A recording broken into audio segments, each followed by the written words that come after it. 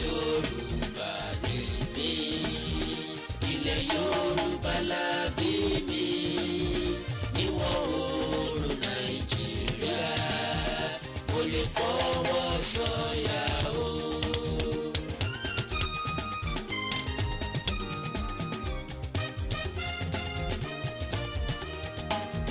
Yorùbá ló láṣà o, ẹ jẹ́ ká jọ gbé lárugẹ, ọmọlúwàbí ni wá, mo lè fọwọ́ sọ̀yà o.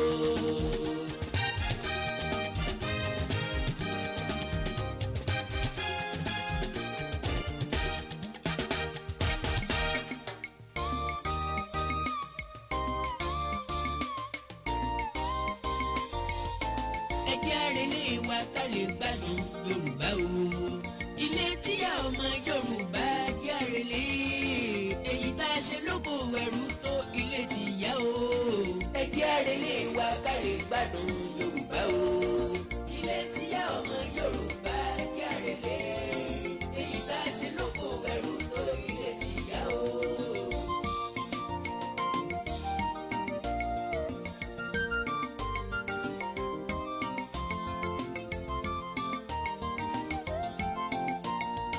Kò sóhun tó dàbí òmìnira ó máa sún mi, pẹ̀ràn Yorùbá wọn sùn ju ogún mọ̀dé o. Yorùbá nation ní tẹ́nàntì wa ẹ jẹ́ àrẹ̀lé o, ẹ jẹ́ àrẹ̀lé wa ká lè gbádùn Yorùbá o, ilé tíyá ọmọ Yorùbá jẹ́ àrẹ̀lé, èyí tá a ṣe lóko ẹrú tó ilé tìyá o.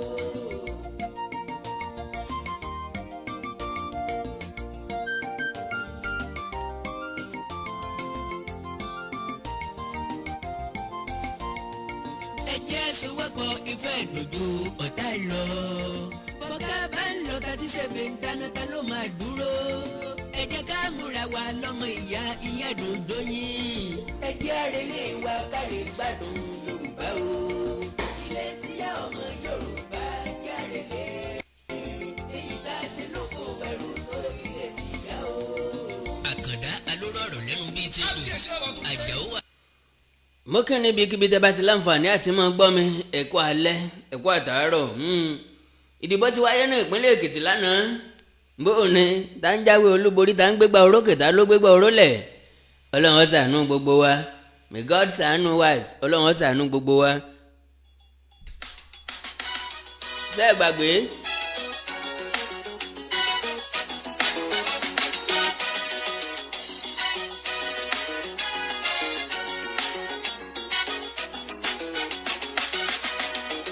Ó ṣe o, ó dùn ni o, ó ṣe Èkìtì ti gbowó o.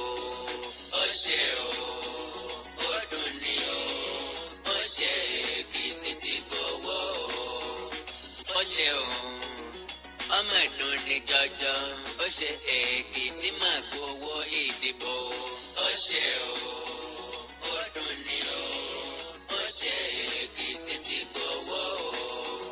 Ó ṣe o, ó bani lọ́kàn jẹ́ gidi gan, ó dùn ní Èkìtì gbowó ká tó dìbò.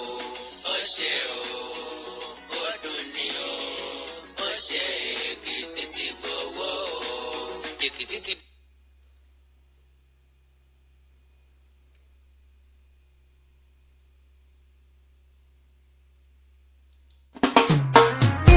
Solution Peace Properties in conjunction with Agri Investment. And we go broadcasting tutorial. We are citadel of learning. Tó bá fẹ́ kọ́ bá ṣe ń gbóhùn sáfẹ́fẹ́. Production, presentation, technical and marketing. And we go broadcasting tutorial. Ilé-Ifẹ̀ ìpínlẹ̀ Ọ̀ṣun ló wà o. Oh yes, you cannot afford to be a mediocre as a broadcaster.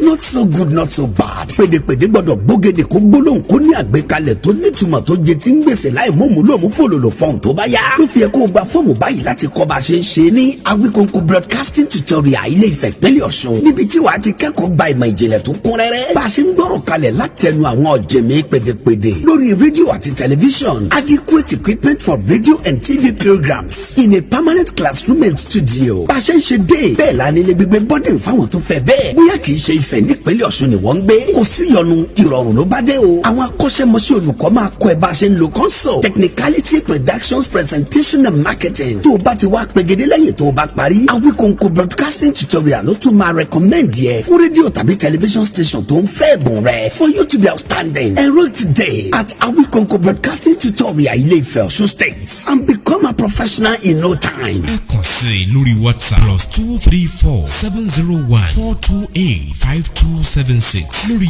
email awikonkobroadcastingtutorial@gmail.com. 10,000 naira péré ni wàá fi gba fọ́ọ̀mù wọlé láàrin oṣù 3 sí 4 ẹ̀bùn yẹn máa hàn dé ìwọ náà máa di gbajúgbajà láwùjọ agbóhùnsáfẹ́fẹ́ gbà bẹ́ẹ̀. Awikonko broadcasting tutorial Ilé-Ifẹ̀ ìpínlẹ̀ Ọ̀ṣun ló wà o.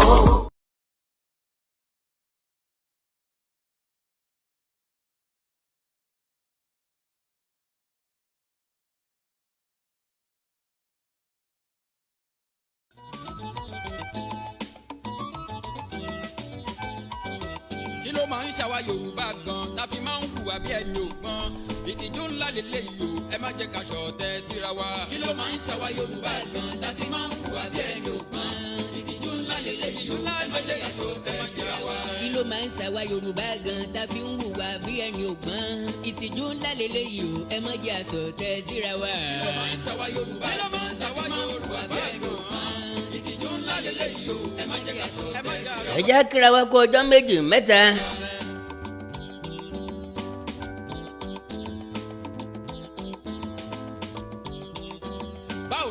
bó bá ti ń tó bí ọjọ́ 2 3 tá a ti rẹ ni tàbí gbọ́ra ẹni ẹkú àti náà lákìra wa tìkú kọ́ tàrùn kọ́ ọlọ́jà ìdí ẹ̀rin Yorùbá lọ wọ́n bọ̀ wọ́n léèyàn ò lè ṣòwò méjì kẹran ọmọ jẹ kan ń tá a kó papọ̀ lọ́wọ́ lẹ́ẹ̀kan náà lọ́pọ̀ lápọ̀jù kọ́ lọ́ wọ́n ṣàánú wa.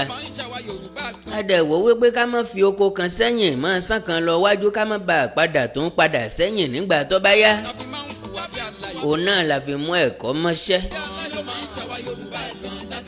kò sí ẹ̀kọ́ tó sọnù kò sí ẹ̀kọ́ tí ò wúlò torí ọ̀nì kan torí ọ̀la ni. wẹ́ẹ̀ mo kí gbogbo ọmọ Nàìjíríà jákèjádò àgbáńlá ayé mo kí gbogbo ọmọ Yorùbá jákèjádò àgbáńlá ayé níbi tí kíbi tẹ́ bá ti láǹfààní láti máa wò mí. ó ń bọ̀ lóko ó ń bọ̀ lódò kò sí nǹkan tó tún fẹ́ dé kọjá ogun ìdìbò ìpínlẹ̀ Èkìtì ti wáyé ó ti lọ.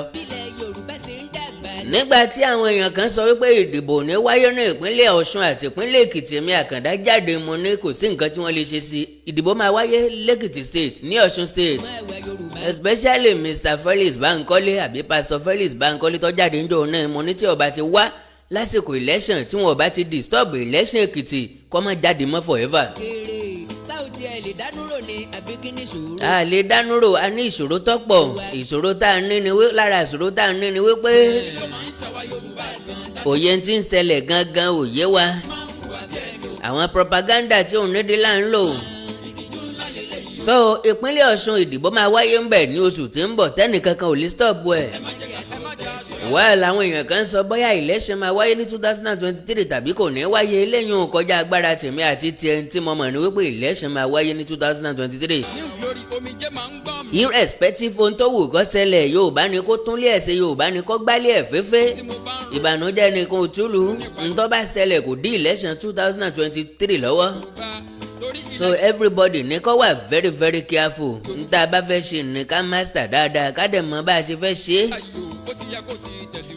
wẹ́ẹ̀ lọ́rọ̀ ìdìbò ìpínlẹ̀ Èkìtì á sọ ń pa rẹ̀ àwa tá ń bèrè fún Yorùbá nation dẹ́dẹ́ mìíràn ọ́ ẹ má jẹ́ ká fi ẹ̀tẹ̀ sílẹ̀ pálapàla pé jẹ́ ká rìn lọ́nà ibi tó yẹ ká rìn gan sàn. ẹ má gbàgbé tí mo sọ fún sẹ́yìn wípé ẹ jẹ́ ká rí Yorùbá nation gẹ́gẹ́ bí project kárí gẹ́gẹ́ bí brand ká dẹ̀ mọ́ promote ẹ̀ day in day out. ìgbà tí mo sọ̀rọ̀ nípa rẹ̀ àwọn èèyàn kan rò pé mi ò mọ nǹkan tí mo sọ wípé lórílẹ̀‐èdè ilẹ̀ Yorùbá nílẹ̀ tòní tọ́mọ̀ o tá a bá rà wọn tó nífẹ̀ẹ́ sí Yorùbá nation tàbí tí ń sọ̀rọ̀ Yorùbá nation we are just 3%. quote me anywhere bó ti wò kó rí rally kéèyàn pọ̀ tó yẹn 3% ní wá. because majority nínú àwọn tó wá sí rally yẹn ọmọ ẹgbẹ́ òṣèlú APC ni wọn ọmọ ẹgbẹ́ òṣèlú PDP ni wọn. majority nínú àwọn tó wá síbi rally Yorùbá Nation majority wọn ló dìbò fún APC majority wọn ló dìbò fún PDP majority wọn ló dìbò fún another party. What are we saying? Ìwọ tó bá wá jẹ́ ajìjàngbara bíi tèmi báyìí tó ń jà fún ẹ̀tọ́ ọmọnìyàn tó sì ń jà fún ẹ̀tọ́ ìran Yorùbá bọ́ bá ríbi tí wọ́n ti ń gbowó election ní ìpínlẹ̀ Èkìtì ẹ̀rù ọba ọ̀ panumọ́ ìwọ omijé ọgbà ojú rẹ̀ wípé sáwọn èèyàn tá à ń torí wọn ṣe làálàá lélẹ́yìí sáwọn èèyàn tá a fẹ́ torí wọn kú sí lélẹ́yìí sáwọn èèyàn tá à ń risk life wá fún lélẹ́yìí sáwọn èèyàn tá à ń fojoojúmọ́ fẹ̀ fún tò pariwo gè lójoojúmọ́ náà lélẹ́yìí. Èmi ọmọ ẹni tó ṣe wá bẹ́ẹ̀ o mi ọmọ bóyá ìṣẹ́ náà ló mú wá lómi tó bẹ́ẹ̀ tí ò tó fi jẹ́ wípé àmọ́ kọ̀tọ́ mọ́ 5,000 naira 10,000 naira 15,000 naira bá ṣe ń pín lẹ́kìtì láàárọ̀ àná nù o jíjí tí mo jí tí mo kọ́kọ́ gbọ́ ni wípé wọ́n ti ń pín 10,000 naira lẹ́kìtì. Kò sí ẹgbẹ́ òṣèlú tá a lè sọ pọ́ jàre nípa ti vote buying nípa pé ká sanwó ká gbọ̀n àbí ká sanwó ká gba ìbò lọ́wọ́ ẹni tá a sanwó fún pé ok ọjà rí owó rẹ type of election kò sí ẹgbẹ́ tá a lè sọ pé ọwọ́ ẹ̀ ọ̀yán kankan láàrin gbogbo wọn. bí bóyá APC ni àbí PDP àbí SDP ẹni ìjà ò bá ní pẹ́rẹ́ lọ́kùnrin ẹni ìfà òtọ́sí ní pé lára mọ̀ and again ẹni ilẹ̀ bá mọ́ bá náà ní bàráwò. ṣùgbọ́n tẹgbẹ́ òṣèlú All Progressives Congress ń lọ́wọ́ clearing jù because àwọn nìkan náà ni system yẹn support I mean gbogbo àwọn security agents ń bẹ́ẹ̀ ẹgbẹ́ òṣèlú All Progressives Congress náà ni wọ́n ń ṣe tiwọn. So wọ́n lè mú ẹgbẹ́ òṣèlú mi lè mọ̀ láǹfààní láti ṣe báwọn ẹgbẹ́ òṣèlú APC ṣe máa ṣe because wọ́n ní kọ́kọ́ sanwó fún ọ lọ dìbò ó fi hàn wọ́n sanwó fún ọ. ṣùgbọ́n kó tó lọ wọ́n ti sọ iye táwọn fẹ́ fún ọ ní 5,000 ní 10,000 ní 15,000 naira ni ó ti gbọ́ sétí kó tó di pọ̀ lọ dìbò. ẹ já wa béèrè lọ́wọ́ ara wa gbogbo àwọn tí wọ́n dìbò bọ́ì kan wà ń bẹ̀ àbí gáì kan ní kí n pé ó wà bold láti sọ pé òun gba 5,000 naira. bákan náà ni mo rí àwọn ọ̀dọ́mọkùnrin kan tí wọ́n kówó lọ́wọ́ yẹyẹyẹ 5,000 naira 500 naira mẹ́wàá wọn kò dání wọ́n ń filẹ̀ báyìí pé àwọn ti gbowó lẹ́sàn táwọn o àwọn ti gbà ti tàwọn àwọn gbà táwọn nù o. ohun tí wàá ń pa mí lẹ́rìn tàbí tí ń bà mí lọ́kàn jẹ́ tí ń pààyàn lẹ́kùn tó gbomijẹ́ lójú èèyàn náà ni pé ọ̀dọ́ ni wọ́n. àná àwọn yúùtì ládẹ́ ń sọ wípé à ń jà nítorí wọn nítorí ẹ̀yìn ọ̀la wọn gan ọ̀tẹ́yìn ọ̀la wọn ṣe adìyẹ wọn ń sunú sásùn ó ń ba sàárì ara rẹ̀ jẹ́ 5,000 10,000 15,000 wọn ò lè ná kó di ìparí kó di Monday kò lè di Monday lọ́wọ́ wọn wọ́n ti ná tán kó tó di Monday wọ́n sì jẹ̀yà rẹ̀ for another 4 years. So àwa tá a bá ń lérò wípé à ń jà fún ẹ̀tọ́ ọmọnìyàn àwa tá a ríra wa gẹ́gẹ́ bí àwa tá a ń pè fún Yorùbá Nation tá a ń gbèrè fún orílẹ̀-èdè Yorùbá Nation járin lọ́nà ẹ̀tọ́ Ọlọ́run ọba mi ń gbọ́ ó lè tó wa lọ́wọ́ ṣùgbọ́n kì í ṣe kíákíá báwọn èèyàn kan ṣe ń sọ United Nations ti fọwọ́ sí kíní kan ti fọwọ́ sí irọ́ ńlá ni propaganda ni gbogbo ẹ̀ kò tí ì sí nǹkan kan tọ́jọ́ bẹ́ẹ̀ a kàn ń tanra wa lásán ni ìyẹn ló máa jẹ́ ká pẹ́ ìyẹn ni kò yọ jẹ́ káwọn tí ń bẹ lórí àlééfà orí wa gẹ́gẹ́ bí ẹni pé àwọn ilé ọmọ nǹkan tí wọ́n ń ṣe wọ́n ń tanra wọn ń bolẹ̀ níbì kankan lọ. ọ̀nà méjì ló wà láti gba Yorùbá Nation either by war or by referendum kò sọ́nà míì ẹ bá wá sọ pé àgbà Yorùbá Nation without referendum ọ̀ ń tàn ọ́ ní o àjẹ́ pé kó ń tàn ó rè kó nǹkan ìjà olóró síta ká bẹ̀rẹ̀ sí ní yìn fúnra wa. àwọn tí mo wúwo yìí. bí ọba ti wá síbẹ̀ ẹ jẹ́ ká máa ṣe ní mẹ̀lẹ́ńbẹ̀ ẹ jẹ́ ká pẹ̀pẹ́ ẹ jẹ́ ká máa ṣe ní sísẹ̀ntẹ̀lé ìgbésẹ̀ kan pẹ̀lú ìgbésẹ̀ kejì ká wá fi sẹ́gbẹ́ kan ká fi su ẹ̀ síná ká máa wọ́bẹ̀ ná. ó ń ba Yorùbá lórúkọ jẹ́. bí kì í bá ṣe gbọ́ bá wà nínú constitution Nàìjíríà wípé ká fi kí referendum wà ń bẹ̀ pé ó ké lọ́jọ́ iwájú ká láǹfààní ẹni tó bá ti Nàìjíríà bá sú ẹni tí ó bá fẹ́ ṣe pẹ̀lú Nàìjíríà mọ́ kó ní ẹ̀tọ́ láti lọ lọ́nà tiẹ̀ láàyè ọ̀tọ̀ láì sí ìdálọ́wọ́kọ̀ kankan until then. àbí kí ni ká ti gbọ́ òun pàwọ́ gan-an là ń ṣe. we are just playing. àwa èwo ni ká ti bí ọ̀tẹ̀. ká mọ̀ ṣe jàǹbá síra wa. ìjàǹbá tá à ń ṣe fúnra wa òun náà ni wípé ká mọ̀ nǹkan tọ́tọ́ ká mọ̀ ṣe ká mọ̀ nǹkan tí ọ̀tọ̀ kó jẹ́ pé ńlá yàn láàyò kò sẹ́ni tí ó mọ̀ wípé any mistake tẹ́ bá ṣe léni any mistake táwọn ìpínlẹ̀ Èkìtì ṣe lánàá bóyá ṣe mistake ni bóyá wọ́n make right choice ni ó dìgbà tí Bísí Kọ́láwọlé tó bá bọ́ sórí àlééfà bí ọdún Oyèbánjí ó dìgbà tó bá bọ́ sórí àlééfà tó lo tẹ̀nà ẹ̀ tó wá jẹ́ wípé àwọn ìpínlẹ̀ Èkìtì wọ́n jẹ mùdùnmúdùn òṣèlú because a lè pé òní rí bẹ́ẹ̀ kó rí bẹ́ẹ̀ di afẹ́ni tí ń lànà àgbàrá lẹ́rùn a lè pé mànú yìí ò ní ṣe dáadáa kó convince wa kó jẹ́wọ́ fún wa kó disappoint wa wípé ok ẹ̀yin ẹlẹ́rọ kúkúrú ẹrù pé mi ò ní ṣe kó dẹ̀ wá ṣe dáadáa do you know wípé torí ìdí kan ṣe kan lọ́ba ọlọ́run bóyá nítorí yorùbá lọ oyè tá a bá fọ̀tẹ̀ jẹ kíkẹ́ làákẹ́ bí ẹyin ó lè wọ́ wípé àwọn èrè ọ̀fẹ́ràn mi ò tí ì bá ṣe torí owó ni màá dẹ̀ wá surprise wọn Bíọ́dún Oyèbánjí ó lè surprise wa ó lè surprise ìpínlẹ̀ Èkìtì nípa dividend of democracy kó ṣe ju ọ̀gá ẹ̀ lọ a lè rò pé kò lọ́pọlọ kó jẹ́wọ́ fún apóhùn lọ́pọlọ bọ̀tì ẹni tó hàn tó dájú ni pé ìpínlẹ̀ Èkìtì wọn ò fẹ́ ẹgbẹ́ òṣèlú All Progressives Congress wọn ò fẹ́ òǹdíje dupò lábẹ́ ẹgbẹ́ òṣèlú All Progressives Congress ntọ́ hàn tó sì dájú ni pé àwọn èèyàn ìpínlẹ̀ Èkìtì ẹni tí wọ́n fẹ́ òun náà ni Ṣẹ́gun Òní Ṣẹ́gun Òní dẹ̀ ní òun nìkan òun náà ló dàbí ẹni pé kò náwó torí pé kò láǹfààní àti kówó jẹ ńgbà tí ń bẹ lórí àlééfà kò kówó jẹ ó ti kúrò lórí àlééfà kí wọ́n tó kọ́lé fún kò nílé kó tó kúrò níbẹ̀ and again mo kò tí kinní kan jò ní ìgbà tí ó lọ kí Fáyọ̀ṣe ńlé ká Fáyọ̀ṣe jẹ́ kó yé wa wípé mọ́tò tó gbé wá sọ́dọ̀ ó ti bàjẹ́ kò dáa òun dẹ̀ lọ ra mọ́tò mẹ́rin fún òun gbé fún Ṣẹ́gun Òní lòun ọ̀fẹ́ kí Fáyọ̀ṣe lọ sanwó oṣù àwọn òṣìṣẹ́ lélẹ̀ tó túmọ̀ sí pé Ṣẹ́gun Òní ní good record and àwọn ìlú fẹ́ràn rẹ̀ ṣùgbọ́n olówó ń duyè olóògùn ń duyè olówó ní òjòyè o. wá ká torí ká lè dépò ká máa jẹra wa lẹ́sẹ̀ sódà ọmọ Yorùbá ò lè sùn kí wọ́n ro bí Yorùbá ṣe dá gbogbo tán foríro bí wọ́n ó ṣe sọmọ làkejì níbi ni ibi táyé lajú dé yìí sótún yẹ káwa Yorùbá ṣera wa. Honestly, to be candid to ourselves ká sòótọ́ ọ̀rọ̀ fúnra wa ká má pa ọ̀rọ̀ lọ́bọ̀lọ̀ fúnra wa ntọ́hàn tó sì dájú ni wípé àwọn ìjọba tí ń bẹ lóde ti pọ́n wa lójú dé stage kan ìṣẹ́lọ́ jẹ́ káwọn èèyàn máa gba 5,000 10,000 15,000 you can't blame them honestly àwa tá à ń sọ̀rọ̀ torí ìyàtọ̀ kọ sí wa la fi ń sọ̀rọ̀ tá à ń sọ ìdí ni wípé kọ́rọ́rùn ká tó yọ ọmọ inú èkùrọ́ sòróró ọkùnrin tí ń sun rárá fọkùnrin ẹgbẹ́ àkọsẹ́ ní ṣe káwọn èèyàn tó tẹ́wọ́ gba owó níta láti ta ẹ̀rí ọkàn wọn láti ta ọjọ́ ọ̀la wọn táwọn gan dẹ̀ mọ̀ wípé 4 years làwọn ò fi jìyà rẹ̀ àkọ́kọ́ ni wípé ìjọba ti fi ebi pa àwọn èèyàn dé level tó fi jẹ́ wípé even tán bá rí 1,000 naira 2,000 naira wà láì wọ́n ta fóòtì wọn pálá ìwọ̀n dìbò at least àwọn sáti ẹ̀mú kankan lọlé ẹlòmíà ni bóun kúkú dìbò fún ẹ bóun ò dìbò fún ẹ tí wọ́n bá wọlé wọ́n wọlé kóun ó kúkú dì fún ẹ kóun wọ́n tẹ́wọ́ gbowó òun.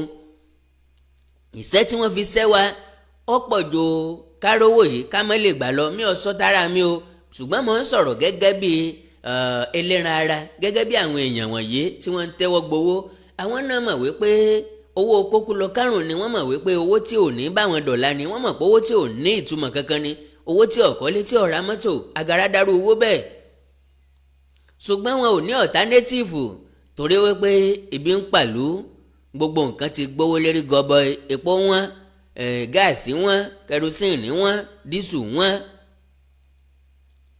gbogbo nǹkan ló ti kọjá bó ṣe yẹ kó wà kò wá sówó nílùú àwọn tí ń ṣiṣẹ́ ò rówó oṣù gbà déédéé àwọn tí ń ṣòwò wọn ò rí ọjà wọn tà déédéé ọjà àwìn lọ́pọ̀ jù tí ọ̀pọ̀lọpọ̀ ń ṣe ọ̀pọ̀lọpọ̀ òwò tí wọ́n ń ṣe òun náà ni ò mówó wá.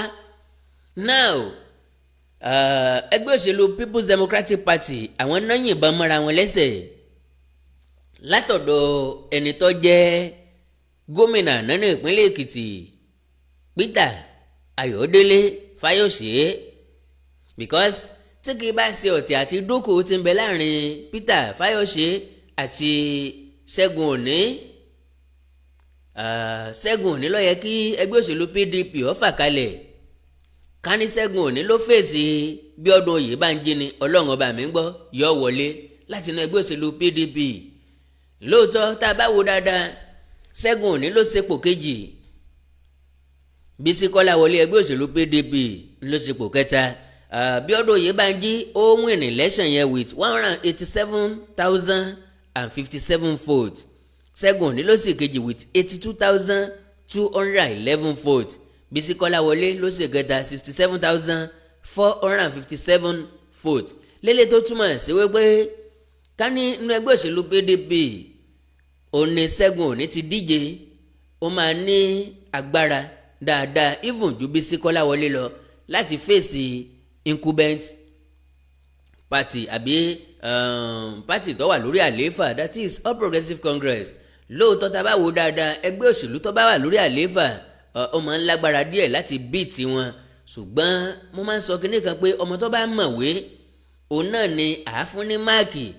Ẹni tí yóò dìbò, ẹni tá a fẹ́ dìbò fún ó ti gbọ́dọ̀ mọ̀wé dé stage kan, ẹni tá a fẹ́ campaign fún ó ti gbọ́dọ̀ ní rẹ́kọ̀dù dé stage kan débi tí a lè fi ẹnu dídán pẹ̀lú eléyìí tó kù. Ṣùgbọ́n ẹni tí ò níwà kankan Yorùbá ni wọn kì í rà kún ogún lépín.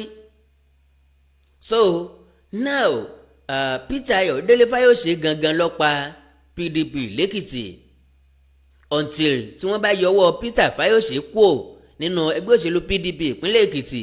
Honestly àfàìmọ̀ kó má jẹ́ pé ẹ̀yìn lẹ́yìn lẹ́gbẹ́ òṣèlú yìí ni wọ́n wà lẹ́kìtì tàbí kó má pa ẹgbẹ́ òṣèlú PDP lẹ́kìtì pátápátá. Now pẹ̀lú nǹkan tó ṣẹlẹ̀ ní ìpínlẹ̀ Èkìtì yìí níbi tí wọ́n ti ń tajà tí wọ́n ń rajà buy and selling of vote, níbi tí wọ́n ti ń ta ìbò tí wọ́n ń ràbò, aráàlú ní ń tàbò, ẹgbẹ́ òṣèlú APC, PDP, SDP kò sílẹ̀ tí mo lè trust nínú wọn. Ọwọ́ ẹnìkan ló yá ju ẹnìkan lọ. Pé bóyá alágbájá ò sanwó fẹ́ni kankan náà kò sẹ́ni tó lè bá mi sọ. Even ẹgbẹ́ òṣèlú tí Ṣẹ́gun Òní wà PDP náwó, APC ló náwó jù. Náà ẹ jẹ́ ká jọ wo kinní kan. Tẹ́ bá wo dáadáa lẹ́nu ọjọ́ mẹ́ta yìí ẹ máa rí wípé àwọn òǹdíje dupò lábẹ́ ẹgbẹ́ òṣèlú kẹ́gbẹ́ òṣèlú wọn ò kí ń polówó dàbí alára lórí tẹlifíṣàn lórí rédíò mọ́. Tẹ́ bá observe dáadáa tẹ́lẹ̀tẹ́lẹ̀ láti bí oṣù mẹ́ta sí election ládùúgbà tí ó ti máa lọ lọ́tún lọ́sẹ̀ kíní kan ní ẹ dìbò fún, kíní kan ní ẹ dìbò fún, kíní kan ló lè ṣe àti bẹ́ẹ̀ bẹ́ẹ̀ lọ. Ṣùgbọ́n lélẹ́yìí ẹ wá sí ìpínlẹ̀ Ọ̀ṣun ẹ fẹ́ lè mọ̀mọ̀ wípé election ń bọ̀ lọ́nà. Ẹ lè rí pósítà dàbí alára ìkọ̀ọ̀kan ni. Ẹ wá lè listen sí rédíò kẹgbọ́ advert meanwhile next month in election bóyá ti APC o bóyá ti PDP o ẹ sábà lè gbọ́ advert lórí rédíò. Kínìdí wọ́n ti mọ̀ wípé ẹ̀yin èèyàn máa tẹ́wọ́ gbowó, owó tán máa waste lórí advert yẹn wọ́n wá tọ́jú ẹ̀ wọ́n bá yín tọ́jú ẹ̀ díjọ́ election. Tẹ́lẹ̀tẹ́lẹ̀ bí election bá ti ń bọ̀ lọ́nà wọ́n ti máa bribe women leader ni, youth leader ni, party chairman ni, nǹkankan wọ́n ti máa gbowó káwọn mọ́lé. Ṣùgbọ́n nísìnyí gbogbo wọn ti ṣiṣẹ́ lórí mentality wa pé àwọn èèyàn ẹ̀gọ́ o ìgbà tá a bá nídìí wọn nìkan ni ká kówó lọ fún wọn because tẹ́ ẹ bá fún wọn lówó ahead election tó bá tún dọjọ́ ìdìbò tán bá rẹni tó tún ọ̀fà wọn lówó wọn ó tún gbowó lọ wọn dẹ̀ dìbò fẹ́ tó ẹ̀sẹ̀ fún wọn lówó because ìwọ tán ṣẹ̀ṣẹ̀ fẹ́ dìbò fún lójúkorojú wàá láǹfààní àti gbé wọn sí condition. Máa fún 10,000 naira ẹ dìbò ẹ̀yẹ ṣàfihàn mí lọ́ọ̀kan máa fún yín tàbí ẹ dì í ẹ snap ẹ kẹ wá fi hàn mí 10,000 yìí ti wà nílẹ̀. Wọn á láǹfààní àti gbé wọn sí condition so gbogbo wọn ti wá gbọ́n kò sẹ́ni tí ń sanwó advert tí ń waste advert kankan mọ́. Wọn ò jẹ́ káwa pìrìsẹ́ńtà òórò oúnjẹ jẹ lórí rédíò àti tẹlifíṣàn, wọn ò polówó lọ́dọ̀ wa mọ́. So wọ́n ti wá bá yín tọ́jú owó yín. Ẹ má jẹ́ kó yà yín lẹ́nu pé bí wọ́n ṣe ná lẹ́kìtì ni wọ́n ń bọ̀ wá ná lọ́ṣun. APC ọ̀nàwó wọn ti tọ́jú ẹ lẹ̀, PDP ọ̀nàwó wọn ti tọ́jú ẹ lẹ̀, APC dẹ̀ rẹ́dì láti ná any amount lélẹ̀ tí ń bọ̀ yìí lọ́ṣun because wọ́n mọ̀ pé PDP ti lówó ńlẹ̀ tó fẹ́ ná. Náà wẹ́ jẹ́ kájọ wá reason láàrin ara wa irú ọjọ́ ọ̀la wo la wá ń pilẹ̀, irú ọjọ́ ọ̀la wo làwọn ọ̀dọ́ ń pilẹ̀ fúnra wọn because àwọn ọ̀dọ́ ló ń dìbò jù. Àwọn ọ̀dọ́ ni wọ́n fi tìdùnnú gba 5,000 naira yìí tí wọ́n fẹ́ kún torí wọn. Èmi wà nínú ẹni tí òye ayé yé wípé ìwọ̀nba lè yàn ṣe fáwọn èèyàn because ibi tí wọ́n fi sú ọ náà ni wọ́n fi sú ọ any day anytime. So kò sábà sí jàfojò mọ́ jàfúnra ẹ lókù. Bọ́ bá ti wá ń pariwo fáwọn èèyàn kan tó ń kì wọ́n nílọ̀ tó ń pè wọ́n ṣàkíyèsí pé ókè inú igbó níbẹ̀ yẹn ẹ má lọ bẹ̀ ẹ má wọgbó tí wọ́n wá ń sọ fún ọ wípé inú igbó yẹn gangan làwọn ń lọ. You don't have any alternative than to leave them Yorùbá ní tàbá jẹ́ kó níyàwó máa mọ̀ọ́kún nù ya rẹ̀. Wọ́n ní bàbá jẹ́ kó dògbó lórí ìsà oko lọ alọ́pẹ́lọpẹ́ fún wájú orí òun. And again bí ìyá ò bá tí ì jẹ ní ìyá ń rí kinní kan panu lọ́wọ́ ni ìyá ń padà bọ̀ wá jẹ ní ìyá. So nílẹ̀ Yorùbá mi ì mọbi tí à ń lọ. Ẹ wo primary tí wọ́n dì ní PDP ọ̀pọ̀ èèyàn di mílíọ̀nìà láti bẹ̀ l'APC ọ̀pọ̀ èèyàn di mílíọ̀nìà láti bẹ̀. Kò wá sí nǹkan méjì tí Àtíkù àti Bọ́lá Ahmed Tinubu gbójúlé ní 2023 dan wọ́n ń bọ̀ wá náwó lọ. Now ẹ jẹ́ ká bèrè lọ́wọ́ ara wa owó tí Àtíkù máa ná tí Bọ́lá Ahmed Tinubu máa ná jákèjádò Nàìjíríà ni o. Ṣé mọ̀ wípé àwọn delegate tí ò tó 3,000 tí ò tó 5,000 ò ní wọ́n fún ní millions of naira yẹn à ń bọ̀sìnbọ̀sìn millions of people. Àwọn ready láti ná any amount ní 2023. Now owó tó yẹ kí wọ́n fi ṣèlú owó tó yẹ kán fi ṣàwọn èèyàn láǹfààní ni wọ́n tọ́jú pamọ́ nírètí pé owó sáàlẹ̀ fẹ́ gbà á nà. Now ẹni tó wà too desperate láti ja ààrẹ tí ọkọ̀ láti ná any amount tell me are you telling me pé yóò débẹ̀ kò ní wá owó ẹ̀ padà? Àkọ́kọ́ nìyẹn. Ẹlẹ́ẹ̀kejì ǹjẹ́ ìfẹ́ ìlú náà ló ní tó bẹ́ẹ̀ tó fi rẹ́dì láti ná gbogbo tí ń bẹ ń lé tán? Number 3 ńbo ni yóò ti rówó ṣèlú tó wà desperate láti wá ṣe yẹn ńbo ni yóò ti rówó ṣe é? So lélẹ̀ tó túmọ̀ sí wípé ọjọ́ ọ̀la lẹ̀ yìí ń mì lẹ́sẹ̀ ká bára wa sọ ilé tí jẹ́ òdodo ọ̀rọ̀. Now nígbà tá à ń sọ̀rọ̀ Yorùbá Nation lára suggestion mi ni wípé àwọn èèyàn tó mú Christianity wá sí Nàìjíríà wọ́n mú wá pẹ̀lú evangelism Yorùbá Nation o kò sí rárá ńlẹ̀ Yorùbá as far as I'm concerned. Majority àwọn tí ń pariwo Yorùbá Nation náà ò yé abroad ni wọ́n wà wọn ò bá wa gbélé o. Àwa làwa mọ tí ń ṣẹlẹ̀ ńlé ládẹ́ ń sọ reality ń tí ń ṣẹlẹ̀ ńlé fáwọn èèyàn fún ọmọ Yorùbá jákèjádò àgbáńlá ayé. Pé bọ́ bá rẹ́ nìkan tí ń sọ nípa Yorùbá Nation lórí social media lásán ni o kì í ṣe láàrin ìlú o because as far as I'm concerned nínú ìlú tí mo wà yìí o kò sẹ́ni tí ń sọ̀rọ̀ nípa Yorùbá Nation. Nínú ìpínlẹ̀ Ọ̀ṣun mo wà mọ́tànra rẹ̀ ìpínlẹ̀ Ọ̀ṣun mo wà ìpínlẹ̀ Ọ̀ṣun tí mo wà yìí ń tó wà lọ́kàn everybody ní election tí ń bọ̀ ní next month. Kò dẹ̀ sí dáadáa kankan lọ́kàn wọn tí wọ́n fẹ́ jẹ́ ń bẹ̀ ń lọ wà ní máìndì wọn. Ọmọ ẹgbẹ́ òṣèlú PDP bí ó ṣe rí tiẹ̀ sí lásìkò election ọmọ ẹgbẹ́ òṣèlú All Progressives Congress bí ó ṣe rí tiẹ̀ ṣe lásìkò election because láti ìgbà tó yẹ tọ́ láti wọlé ní nǹkan kan ò tọ́ sí wọn mọ́ àwọn náà dẹ̀ lanu kalẹ̀ pélé ọ̀tẹ̀ yìí o ibi tá a bá jọ máa bára wa dé ni pé tó máa promise mi lásán irọ́ kọjọ́ mọ́ ń gba ìtọ́ mi lélẹ́yìí kí n tó dìbò fún yín so everybody ti lanu kalẹ̀. A dẹ̀ ń gbàdúrà wípé kí Nàìjíríà ó dáa Nàìjíríà ò dáa Nàìjíríà ò dáa àwọn kan ń kọ́ lé mọ́lé Nàìjíríà ò dáa kò dẹ̀ rọgbọ bẹ́ẹ̀ làwọn kan ń gbé bẹ̀ sí rere ohun tó bá fẹ́ nù rẹ̀ pé láàpadà sẹ́mọ́ ọ̀la ọ̀rẹ́ mọ̀mọ́ pààrà rẹ̀ o torí wọ ọkọ lò láyé wọ ìbàdàn tọ́dọ̀rùn o kọlọ́run ó gba gbogbo ògo. Evangelist Ọládipúpọ̀ lọ́kọ́ lórin nbíbẹ̀ làwọn kan ti ń kó owó rọ̀gùnrọ̀gùn tí wọ́n ń ná wọ̀nyí. My dear brothers and sisters, do you know wípé destiny èmi àti ẹ ọwọ́ wa lọ́wà kò sí lọ́wọ́ olóṣèlú kankan kò sí lọ́wọ́ APC kò sí lọ́wọ́ PDP ọwọ́ àwa méjèèjì lọ́wà ọwọ́ àwa tá a jẹ́ ọ̀dọ́ tá a pera wa lọ́dọ̀ ọwọ́ wa nílé ayé wa wà. If care is not taken ó lè jẹ́ bá a sì ń ná tán bí owó lélẹ̀ because until tẹni tá a gbọ́wọ́lé lórí tó bá gbìyànjú àti dìde lẹ́ni ó gbọ́wọ́lé ni lórí tó máa gbìyànjú àti gbẹ́sẹ̀ padà ló tó máa yísẹ̀ padà. ẹ gbọ́wọ́lé ọ lórí ó ṣe bí ẹni pó dùn mọ́ ọ wà lórí ìkúnlẹ̀ ńbẹ̀ ẹni yẹn náà ò ní yísẹ̀ padà. mọ́ bọ́ bá ti ń gbórí dìde máa lọ́wọ́ yóò ti mọ̀ pé ìkúnlẹ̀ ti sú ọmọ yóò ṣẹ̀ṣẹ̀ wá fi ọ́ lẹ̀.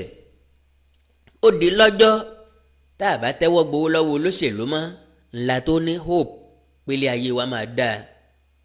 ńlá tó nírètí ni o kì í ṣe pé ńlọ máa dáa o ńlá tó ní hope because ọjọ́ tá a bá ti kọwó sí wọn lọ́rùn tá a sọ fún wọn wípé ntẹ́ ẹ fẹ́ ṣe la fẹ́ gbọ́ ẹlòmíì lè máa sọ pé torí pé wọ́n ra ìbò ní wọ́n ra election wọ́n ra vote ní Èkìtì wọ́n sanwó fáwọn èèyàn kò sí nǹkan méjì tá a fẹ́ nìsín ju Yorùbá nation lọ irọ́ ló ń pa òun táwọn èèyàn ni. ìdìbò tán tó wáyé lẹ́kìtì kò change anything ìyẹn ọ̀sọ́gbọ́n máa jẹ́ káwọn èèyàn wá sọ pé ó yá Yorùbá nation ní it doesn't work like that reality ọ̀tọ̀ sentiment ọ̀tọ̀ iṣẹ́ tó yẹ ká ṣe láti gain ní Yorùbá nation ń bò lábàdé we done nothing a ṣe nǹkan kan yàtọ̀ sáriwo àwọn èèyàn péréte lórí social media Yorùbá nation now Yorùbá nation now sẹ́yìn ni ó di Yorùbá nation fún wa. So now gẹ́gẹ́ bí nǹkan tí mi Àkàndá ń sọ ìṣẹ̀lẹ̀ tó ṣẹlẹ̀ lẹ́kìtì yìí tẹ́ ẹ̀ bá gbàgbé bí ọjọ́ díẹ̀ sẹ́yìn mo sọ kinní kan kí n mọ sọ mọ́ ń bọ̀. Nigeria's farmers tested developer brings to you another irresistible once-in-a-season package at Bluestone Treasure Estate, Mowe. Full plot of land is at 5 million naira. Half plot at 3 million naira. 3-bedroom bungalow at 17.5 million naira. 3-bedroom executive on full plot at 20 million naira. While 4-bedroom duplex is at 40 million naira. Treasure Island Estate, Mowe of Father offers commercial plot at 2.5 million naira. Full plot at 2 million naira and half plot at 1 million naira. The same package offers 2-bedroom bungalow at 7.5 million naira. 3-bedroom bungalow at 10.5 million naira and 4-bedroom duplex at 35 million naira. Treasure Island Estate Phase 2 Mowe of Father offers commercial plot at 1.5 million naira, full plot at 1 million naira and half plot at 500,000 naira. Treasure Island Estate Akodo offers full plot at 5 million naira, half plot at 3 million naira, 3-bedroom bungalow at 17.5 million naira and 4-bedroom duplex at 30 million naira. Treasure Hilltop Estate Alagbado offers full plot at 8 million naira, half plot at 4 million naira, 2-bedroom bungalow at 10 million naira, 3-bedroom bungalow Kakas at 15 million naira and 3-bedroom duplex Kakas at 30 million naira. Please note that all our properties comes with C of O and our instrumental payment plans span from 12 to 24 months. For further inquiry, call Olushola 0803-940-6444, 0803-940-6444 or visit our head office at number 314 Ikorodu Road, Anthony Bus Stop, Anthony, Lagos State, or our Aja office at Etiosa Leaders of Thought Building beside Slot, Vega Bus Stop, Aja, Lagos State. Solution Peace Properties in conjunction with Agview Investment Limited lónìí àní sin kọ́kọ́rọ́ kú o. nílé lóko lẹ́yìn odi àjíǹde ara ó máa jẹ́ a ò ní fàìsàn ló gbà. Orúkọ tèmi ni Godwem tí gbogbo ẹ̀yin èèyàn mọ̀ sí Ìyá Ìjẹ̀bú. Gẹ́gẹ́ bí ìṣe wa pé ìlera yín òun ló jẹ wá lógún, òun ló tún mú wa wá sójú ìwòran yín ní déédéé àsìkò yìí. Mo kí yín o, a ò ní fàìsàn ló gbà o. Gbogbo ẹnikẹ́ni tó ní ìṣòro nínú eegun tàbí nínú iṣan ara wọn, wọ́n lè kàn sí iléeṣẹ́ Godwem Ìyá Ìjẹ̀bú. Ọ̀rọ̀ iṣan àti eegun la máa ń sọ ní gbogbo ìgbà nítorí pé ìṣòro iṣan àti eegun ó jẹ́ ìṣòro tó ṣe gbòógì tó dẹ̀ ń dà wá láàmú. Àwọn ẹlòmíì ò lè bẹ̀rẹ̀ mú nǹkan nílẹ̀, ẹlòmíì ò lè bẹ̀rẹ̀ kírun. Ilé orí òkèlè ẹlòmíì ń gbé tẹ́lẹ̀ ó ti padà sísàlẹ̀ nítorí orúnkún ríro, ìbàdí ríro. Ẹlòmíì àtẹlẹsẹ̀ la máa kán, ẹlòmíì tó bá jí láàárọ̀ àti fẹsẹ̀ lélẹ̀ á di ìṣòro, ẹlòmíì gbogbo ara títa, ẹlòmíì ẹsẹ̀ títa, ẹlòmíì ẹsẹ̀ á máa gbọ̀n, gbogbo èyí tó bá lè jẹ́. Jẹ́wárí ó ṣeéṣe kó jẹ́ arthritis lẹ́ní, ó ṣeéṣe kó jẹ́ rheumatoid arthritis or osteoarthritis. Èyíkéyìí tẹ́ ẹ̀ bá ní, bó sì jẹ́ gout ni, gbogbo ẹ̀ lágbára Ọlọ́run ká. Ẹlòmíì arthritis ẹ̀ ọmọ ọwọ́ ló ti máa tọ́ ọmọ ọwọ́ ẹ̀ á máa wú tá a máa dùn. Ẹlòmíì á máa sọ fún ẹ pé èjìká ló ń dùn òun, ẹlòmíì ìbàdí, ẹlòmíì orúnkún á máa wú. Gbogbo èyí tó bá lè jẹ́ iléeṣẹ́ Godwem Ìyá Ìjẹ̀bú last bus stop yín ni lórí ọ̀rọ̀ arthritis yẹn. Bákan náà ni ẹ̀yin ọkùnrin tẹ́ ní ìṣòro tó jẹ́ kùdìẹ̀kùdìẹ̀ tá à ń pè ní prostate enlargement táwọn Yorùbá ń pè ní ìsétọ̀.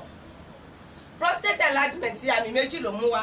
Ẹlòmíì ò ní rí tọ̀tọ̀ rárá, ẹlòmíì tó bá fẹ́ tọ̀ á máa rí ìnira, ṣùgbọ́n ẹlòmíì tó bá ní ìtọ̀ púpọ̀ jù ni á máa tọ̀ léra wọn, ó lè tọ̀ lẹ́ẹ̀mẹwàá kílẹ̀ ò tó mọ́. Ẹlòmíì kò tó débi tó máa tọ̀ sí ìtọ̀ yá ti máa jábọ́, ṣùgbọ́n kí wá ṣe prostate enlargement nìkan ló lè fà á kí wọ́n máa tọ̀ púpọ̀, torí prostate enlargement ọkùnrin nìkan ló ń ṣe, ṣùgbọ́n ìṣòro ìtọ̀ púpọ̀ ó lè ṣe obìnrin náà.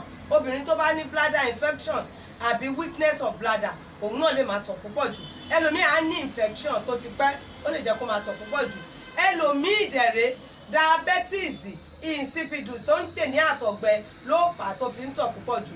so tẹ́ bá ti ń rí irú àwọn àmì gbogbo yín náà lẹ lè kàn sí iléeṣẹ́ Godwem Ìjẹ̀bú.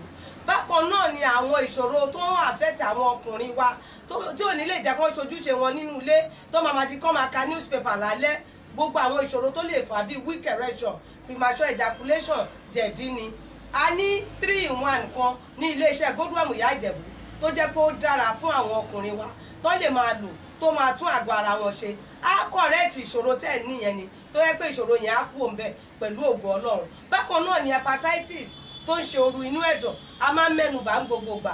Ìdí tí mo dẹ̀ fi mẹ́nubà ni pé wọ́n ti sọ pé kò gbóògùn ṣùgbọ́n Ọlọ́run ti fún wa ní ewé àti egbò tó lè bá wa bójútó hepatitis tí ń ṣe ooru inú ẹ̀dọ̀ tẹ̀ níyẹn. Ooru inú ẹ̀dọ̀ ni ṣùgbọ́n ó lè fà á kí pains wa máa dìde nínú, ó lè lead sí liver problem tá a bá tètè bójútó. Ẹlòmíì dẹ̀rẹ́ ó lè jẹ́ kẹ́yìn ojú ẹ̀ máa yẹ́lò, ó lè jẹ́ kíto ẹ̀ máa yẹ́lò, ṣùgbọ́n ẹlòmíì ẹyin ojú ẹ̀ lè máa yẹ́lò, kíto ẹ̀ máa yẹ́lò kó jẹ́ jaundice lòun ní o. Ẹlòmíì inú ẹ̀ lè máa ga kó jẹ́ enlarged liver lòun ní o. Torí ìdí èyí ó máa ń dára ká ṣe àyẹ̀wò. Ẹnikẹ́ni tó bá ti rí kùdìẹ̀kudiẹ ẹ jẹ́ kí wọ́n ṣe àyẹ̀wò kí wọ́n mọ kí ló dé, kí nìkan tó ń ṣe àwọn. Ìyẹn ló máa jẹ́ ká mọ irú ọ̀nà tá a máa gbà ràn wọ́n lọ́wọ́. Pákéjì ti wà lóríṣiríṣi fún rheumatoid arthritis, fún prostate enlargement, even fún prostate cancer. Tí wọ́n bá ní prostate cancer ó lè máa tọ̀ kíto ẹ̀ kó máa ní ẹ̀jẹ̀ nínú àbí kó máa ní ìrora. Èkéyìí tí ìbàjẹ́ Ọlọ́run Elédùmarè ti fún wa lágbára láti fi òpin sí. Ẹ̀rọ ìbánisọ̀rọ̀ mi ní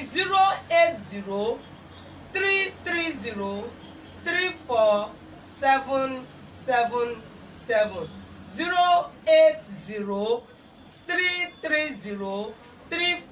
08033034777. Nọ́mbà yìí náà ni nọ́mbà WhatsApp mi. Kò sí ibi tí ẹ̀dẹ̀ wà tí oògùn wa ò ní dé.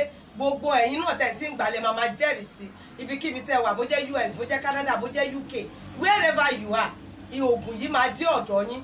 Ibikíbi tẹ́ lè wà nílẹ̀ adúláwọ̀ ni nínú Nàìjíríà ń bí ni gbogbo ibikíbi tí ẹ wà bó jẹ́ Èkó ni Ìbàdàn ni Àbújá ni Port Harcourt ni wherever you are oògùn wa máa dé ọ̀dọ̀ ẹ pẹ̀lú ògo Ọlọ́run. Ẹ má ṣe gbàgbé ẹ̀rọ ìbánisọ̀rọ̀ mi tí ń ṣe 08033034777. Òun náà ni WhatsApp nọ́mbà mi. Ẹ má ṣe gbàgbé pẹ̀lú ògo Ọlọ́run last bus stop yín ni Godwem Ìjẹ̀bú. Àlàáfíà lójú o.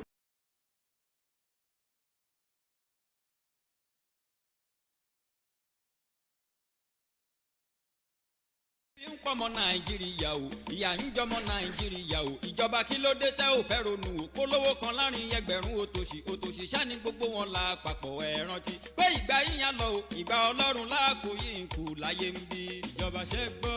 ebi ń pọmọ Nàìjíríà o ìyà ń jọmọ Nàìjíríà o ìjọba kí ló dé tẹ́ ò fẹ́ ronú o polówó kan láàrin ẹgbẹ̀rún òtòṣì ṣá ní gbogbo wọn la papọ̀ ẹ rántí pé ìgbà yíyan lọ o ìgbà Ọlọ́run láàkó yìí ń kú láyé ń bí.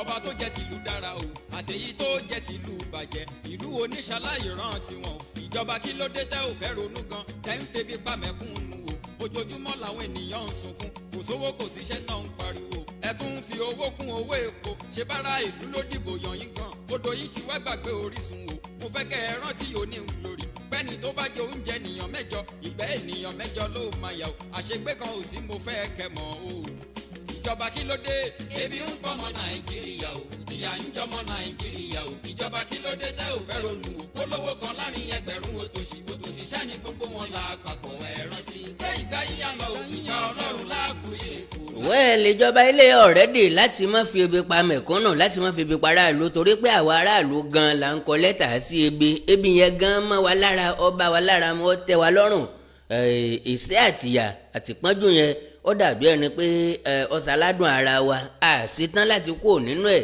àṣetán láti bọ́ kó lóko ẹrú àṣetán láti bọ́ kó nínú ìgbèkùn. So now ohun tí mo sọ nígbà yẹn ò ní wípé bí nǹkan ṣe ń lọ yìí ẹgbẹ́ òṣèlú All Progressives Congress wọ́n máa fẹ́ sọ Nàìjíríà di one party system. Like báwo, number one, gbogbo ẹni tó bá ti ṣe Muhammadu Buhari tàbí tó bá ti jẹ́ alátakò ẹgbẹ́ òṣèlú All Progressives Congress wọ́n ó gbé kéèsì kan sí iwájú wọ́n á fún ní pírọ́blẹ́mù kan. now tẹ́ ẹ bá wò dáadáa mo sọ kinní kan sẹ́yìn pé do you know pé Peter Ayọ̀délé Fáyọ̀ṣe ó lè ṣe tó ṣe láti destabilize PDP lẹ́kìtì because ó fẹ́ láǹfààní láti ṣiṣẹ́ fún Bọ́lá Ahmed Tinubu presidency. now ó ṣeéṣe o kọ́kọ́kọ́ fọ́lé PDP òun gangan mọ̀ wípé ká gbé Ṣẹ́gun Òní kalẹ̀ ká gbé Bísí Kọ́láwọlé kalẹ̀ kíní tó kíní lóòótọ́ ṣùgbọ́n awọ ẹyí jura wọn lọ. àṣeélẹ̀ ńlá bọ̀ wá bá lọ́rọ̀ Ṣẹ́gun Òní àfọ̀tẹ́lẹ̀ níjọ́mọ̀ mi gbẹ́nà lọ́ọ̀pínlẹ̀ Èkìtì ọmọ páwọn èèyàn láìkẹ̀ naturally. majority àwọn tó dìbò fún Ṣẹ́gun Òní kì í ṣàwọn tó gbowó àwọn ni àwọn tí wọ́n sọ wípé àwọn ò dìbò àwọn ò ṣe bẹ̀ mọ́. majority wọn mi ò lè fi gbogbo ẹnu sọ fún ọ wípé SDP náà náwó o ṣùgbọ́n mo láǹfààní àti sọ pé majority àwọn tó dìbò fún làwọn tí wọ́n ti mọ̀ wípé kò ní náwó ṣùgbọ́n tí wọ́n mọ iṣẹ́ and again tí wọ́n fò ti conscience wọn. so highest bidder nípínlẹ̀ Èkìtì bá lọ mọ́jọ́ ó yà ó lẹ́nu pé highest bidder nípínlẹ̀ Ọ̀ṣun náà máa bá lọ. wọ́ọ̀rì mi ò ní wípé báwọn èèyàn ṣe gba 10,000 15,000 5,000 naira lẹ́kìtì wọ́n gbà bẹ́ẹ̀ lọ́sùn ṣùgbọ́n kò ní rí bẹ́ẹ̀ ní general election. Kennedy ìdí ni wípé election ẹyọ kan ló wáyé lánàá gọ́fúnà kan ṣoṣo ní náwó ẹgbẹ́ òṣèlú All Progressives Congress wọ́n lè ràn wọ́n lọ́wọ́ ṣùgbọ́n tí election bá ti di jákèjádò Nàìjíríà ọlọ́múlọ́mọ agbọ́mọ ìyá ẹ̀ ọkàn jẹ́ pé bí kálukú bá ṣe ń rówó sí náà ni ó ṣe náwó sí ṣùgbọ́n kò sẹ́ni tí 15,000 10,000 naira ọ̀tọ̀ sí ní next year yàtọ̀ sí bíi 2,000 1,500 and I bet it with you people will still collect it. àwọn èèyàn gba fàlàlà 1,500 wọn ni ẹ kó wá ó gbé jàrá jẹ lọ ó yá ju kí n má gba nǹkan kan at least èyí ó ti àṣẹ ìfira nǹkan níbi tí sẹ́sí àwọn èèyàn dé nìyẹn. tí Nàìjíríà yìí bá wá di one party my dear brothers and sisters àfi ká wá bí ságbà o because n tí wọ́n bá ń ṣe fún wa ó tẹ́ wa lọ́rùn kò tẹ́ wa lọ́rùn kò sí akọ̀yà tí ó bá wa kọ́. and do you know the irony wọ́n ó fi sínú òfin Nàìjíríà bẹ́ẹ̀ wípé ẹgbẹ́ òṣèlú kan ṣoṣo làwọn agree láti máa lò. kò wá ní sẹ́ni tí ó gbàjọba lọ wọn tó bá wo dáadáa ní sẹ́nẹ̀tì tó lọ lọ́hùn alátakò méjì mẹ́ńbẹ̀ Bùkọ́lá Sàràkí alátakò kan ni Dino Melaye alátakò kan ni àti bẹ́ẹ̀ bẹ́ẹ̀ lọ. àwọn tí wọ́n ń jẹ́ alátakò nígbà yẹn ǹjọ́ orí wọn ní House of Assembly mọ́ wọ́n ti vote wọn out wọ́n rún parúnṣẹ̀ sí gbogbo ń tọ́gbà ni wọ́n fún wọ́n rí i pé wọ́n lé wọn jáde kó ń bẹ̀. ẹni tó wà lóyà sáàrẹ sí Bọ́lá Tinubu ńlọdí ilé ìgbìmọ̀ asòfin mú ńlọ jẹ́ speaker House of Representatives. kò wá síjà mọ́ kò síta mọ́ kò sí gbẹnu ẹ sọ̀hún kò sí dákẹ́ńbẹ̀hún nílé ìgbìmọ̀ asòfin mọ́. ó léwu fún àwa mẹ̀kúnnù kọ́mọ̀ sí àríyànjiyàn kọ́mọ̀ sí nọ́nọ́nọ́nọ́ kò yẹ kó rí bẹ́ẹ̀ yẹn nílé ayé ilé ayé ò légùn because ẹni tí ń ṣe bí ò ní mọ̀ pé òun ṣe bí ó lè mọ̀ pé òun ṣe bí o ṣùgbọ́n gba tí ọ̀sẹ́ni tí ọ̀dà lọ́wọ́ kọ́ kò ní stop ibi ṣíṣe anyway tí ọba ti sálàtakò kì í gún régé kì í sì lọ síwájú ń bẹ̀ àtakò ní jẹ́ kéèyàn ó jára mọ́sẹ́ orogún òwò ní jẹ́ kéèyàn ó tètè máa ṣílẹ̀kùn ilé ìtajà ní jẹ́ kéèyàn ó náìsì sí kọ́sítọ́mà pé àwọn tí mò ń tà mí náà ni wọ́n ń tà ń bẹ̀ yẹn bóyá kí n fi ọmọlúàbí díẹ̀ kún tọ̀dọ̀ mi and that is the reality.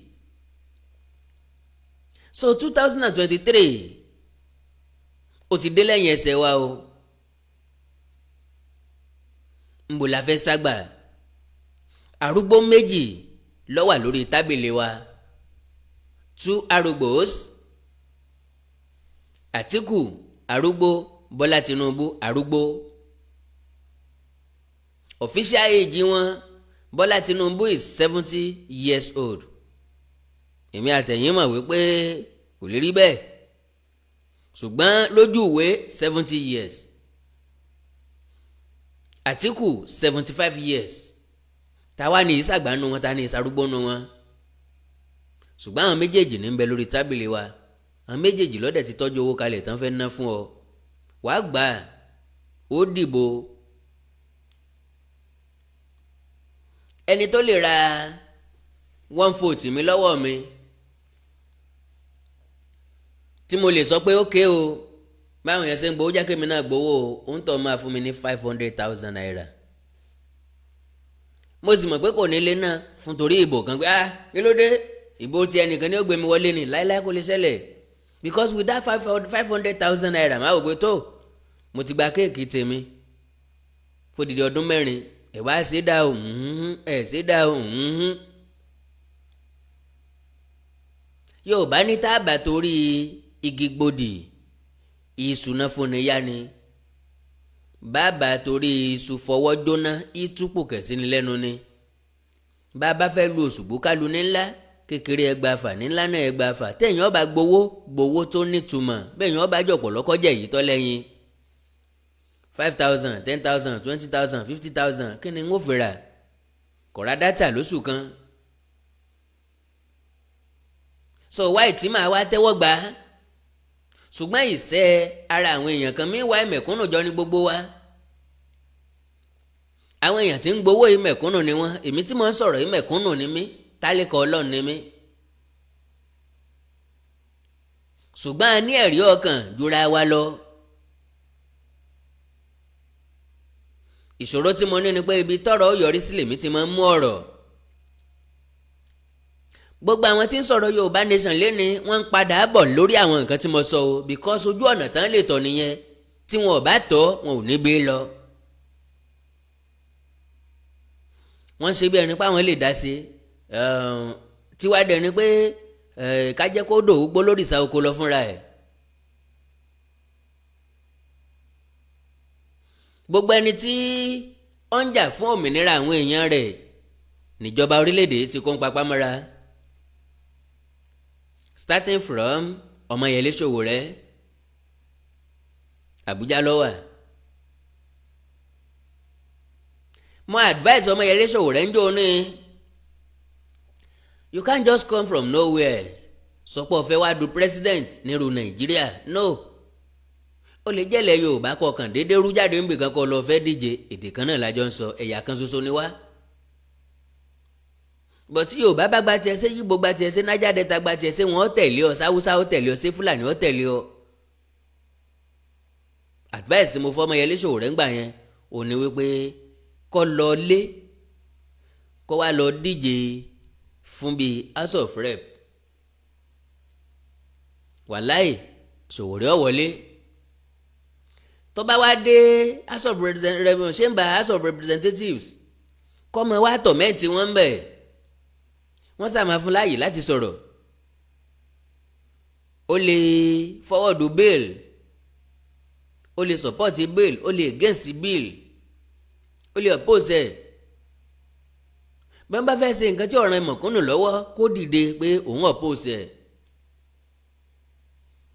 yóò gain popularity from there àwọn èèyàn máa ní interest nínú ẹ̀ activist ni people will love him òkìkí ẹ̀ wọ́n kàn sí ìgbà tí ọba yìí lọ bí ẹ̀mí ló kan ó ti máa ripe fún House of Assembly bí Sowore ṣe lè gbé ìgbésẹ̀ rẹ̀ nìyẹn kì í ṣe láti wá jẹ president Nàìjíríà kò lè jẹ́ kò ń ṣe pé o with the kind of system tá à ń lò lọ́wọ́ báyìí Ọmọyẹlé Sowore ò lè jẹ́ èló ni Sowore kó pamọ́ Sowore ò kì í ṣe ẹni tó máa náwó fáwọn olùdìbò láéláé. Mi ò lè gbàpótí kí n rí èèyàn 3 tó máa dìbò fún mi, kò lè ṣẹlẹ̀. Báwo náà ìfẹ́ dì í? Because ẹ lè sọ fún mi pé ẹnìkan women leader, ẹnìkan ní youth leader, ẹnìkan ní party chairman, ẹnìkan bàbá àṣàlẹ̀ kí n wá lọ fẹ́ nìkan lówó. Mi ò lè ná. Tí n bá ṣe pósítà gan bóyá ló fi máa tójú exercise book. So kò sẹ́wọ́ kan láti waste. Irú ẹni bẹ́ẹ̀ ò lè ṣòṣèlú tí ń bẹ ńlẹ̀ yìí. Ẹni tó lè náwó ló lè ṣòṣèlú. Ẹlòmíì ò tí ì díje, bùkátà tí ń gbọ́ nínú ẹgbẹ́ kò ń ṣe kékeré. Ẹnìkan fẹ́ sòkú ìyá, ọmọ kan fẹ́ sí wedding, ọmọ kan fẹ́ wọ school, wọn ó kó gbogbo bùkátà yẹn lé lọ́rùn. Lọ́ṣun lọ bẹ̀rẹ̀ dáadáa. Àwọn Démọ́lá Adélékè ló ń fìnáǹsì pátì PDP láti ìgbà tán ti lose. Wọ́n ti lose election àbí? Ó yẹ kí wọ́n forí mú àbí? Àwọn pátì secretariat wọn, do you know páwọn ni wọ́n ń sanwó ẹ̀ ní gbogbo local government. Wọ́n ti lose election o 3 to 4 years back o, but still àbí 4 years back still wọ́n ṣe ń finance ẹgbẹ́ títí dọ̀la. Irú òṣèlú tá à ń ṣe ní Nàìjíríà nìyẹn. Meanwhile INEC, àjọ INEC ló yẹ kó máa ṣàkóso. INEC gan ni máa ń fún òǹdíje dupò lówó láyé ìgbà yẹn. Ó ti lówó tán máa fẹ́ ẹni tó ń díje fún governorship, ẹni tó ń díje fún president, ẹni tó ń lọ fún senate, ó ti ní iye tán máa fún wọn. Bùlá INEC ti máa ń rówó. Ìjọba àpapọ̀ ó fún wọn lówó. Àwọn ni máa ń ṣàkóso fọ́ọ̀mù nomination fọ́ọ̀mù nkankan. Àwọn ni máa ń ṣàkóso ẹ̀. Àwọn ni ó gbowó ẹ̀ sọ́wọ́. Inú ẹ̀ náà ti ń fún òǹdíje dupò lówó láti fìnáǹsì campaign. Ó ti wá yí padà báyìí. Òǹdíje dupò ni ó tún fìnáǹsì INEC. Òní ó tún pínwó fáwọn èèyàn. Ẹ wá ní tó bá débẹ̀ torí Ọlọ́run kẹ́ni ẹlẹ́ni ọmọ jèrè gbogbo tó ti ná. So as far as I'm concerned, èmi ọmọ bíi tá à ń lọ lórílẹ̀‐èdè Nàìjíríà o. Ìdìbò ìpínlẹ̀ Èkìtì ní pápápá ó ti wáyé, ó ti lọ. Mo dẹ̀ tún láǹfààní àti sọ pé bó ṣe wáyé lẹ́kìtì tó lọ lẹ́kìtì ni ó ṣe wáyé bẹ́ẹ̀ lọ́ṣun ni ó lọ lọ́ṣun. Ẹni ó bá wá rí Felix Bankole, Pastor Felix Bankole, ẹ pé mo ló ti fẹ́ẹ̀lì lọ́nà kí nínú promise ẹ o. N tó promise wa ni wípé kò ní sí election lẹ́kìtì state. Election ti wáyé lẹ́kìtì. Gbogbo ẹ̀yin tí ń tẹ̀lé Felix Bankole pátápátá honestly ẹ̀gọ́ original ẹ̀gọ́ àti ṣùgọ́mù ní gbogbo yín. Ẹ̀gọ́ gan gbogbo owó tó gbà lọ́wọ́ yín ó yẹ kó gbà á torí pé ó ti rí i pé ṣùgọ́mù ní dìndìnrín ní. Awikonko broadcasting tutorial. We are Citadel of Learning. Tó bá fẹ́ kọ́ bá ṣe ń gbóhùn sáfẹ́fẹ́. Production, presentation, technical and marketing. Awikonko broadcasting tutorial. Ilé-Ifẹ̀ ìpínlẹ̀ Ọ̀ṣun ló wà o. Oh yes, you cannot afford to be a mediocre as a broadcaster. Not so good, not so bad. Pèdèpèdè gbọ́dọ̀ gbógede kó gbólóhùn kó ní àgbékalẹ̀ tó nítumọ̀ tó jẹ tí ń gbèsè láì mọ̀mú lóòmú fòlòlò fọ́ọ̀n tó bá yá. Ló fi yẹ kó o gba fọ́ọ̀mù báyìí láti kọ́ bá a ṣe ń ṣe ní Awikonko broadcasting tutorial Ilé-Ifẹ̀ ìpínlẹ̀ Ọ̀ṣun. Níbi tí wàá ti kẹ́kọ̀ọ́ gba ìmọ̀ ìjìnlẹ̀ tó kún rẹ́rẹ́. Bá a ṣe ń gbọ́rọ̀ kalẹ̀ látẹnu àwọn ọ̀jẹ̀mí pèdèpèdè lórí rédíò àti tẹlifíṣọ̀n. Adequate equipment for radio and TV programs in a permanent classroom and studio. Bá a ṣe ń ṣe dé bẹ́ẹ̀ la nílé gbígbé bọ́dìn fáwọn tó fẹ́ bẹ́ẹ̀. Bóyá kì í ṣe Ifẹ̀ nípínlẹ̀ Ọ̀ṣun ni wọ́n ń gbé. Kò sí ìyọnu, ìrọ̀rùn ló bá dé o. Àwọn akọ́ṣẹ́mọṣẹ́ olùkọ́ máa kọ́ ẹ bá a ṣe ń lo console, technicality, productions, presentation and marketing. Tó o bá ti wá pegedé lẹ́yìn tó o bá parí, Awikonko broadcasting tutorial ló tún máa recommend yẹ fún rédíò tàbí television station tó ń fẹ́ ẹ̀bùn rẹ̀. For you to be outstanding, enroll today at Awikonko broadcasting tutorial Ilé-Ifẹ̀ Ọ̀ṣun State and become a professional in no time. Ẹ kàn sí lórí WhatsApp +234 701 428 5276 lórí email awikonko.broadcastingtutorial@gmail.com. 10,000 naira péré ni wàá fi gba fọ́ọ̀mù wọlé láàrin oṣù 3 sí 4. Ẹ̀bùn yẹn máa hàn dé. Ìwọ náà máa di gbajúgbajà láwùjọ agbóhùnsáfẹ́fẹ́. Gbà bẹ́ẹ̀. Awikonko broadcasting tutorial Ilé-Ifẹ̀ ìpínlẹ̀ Ọ̀ṣun. Ọ̀ṣun ló wà o.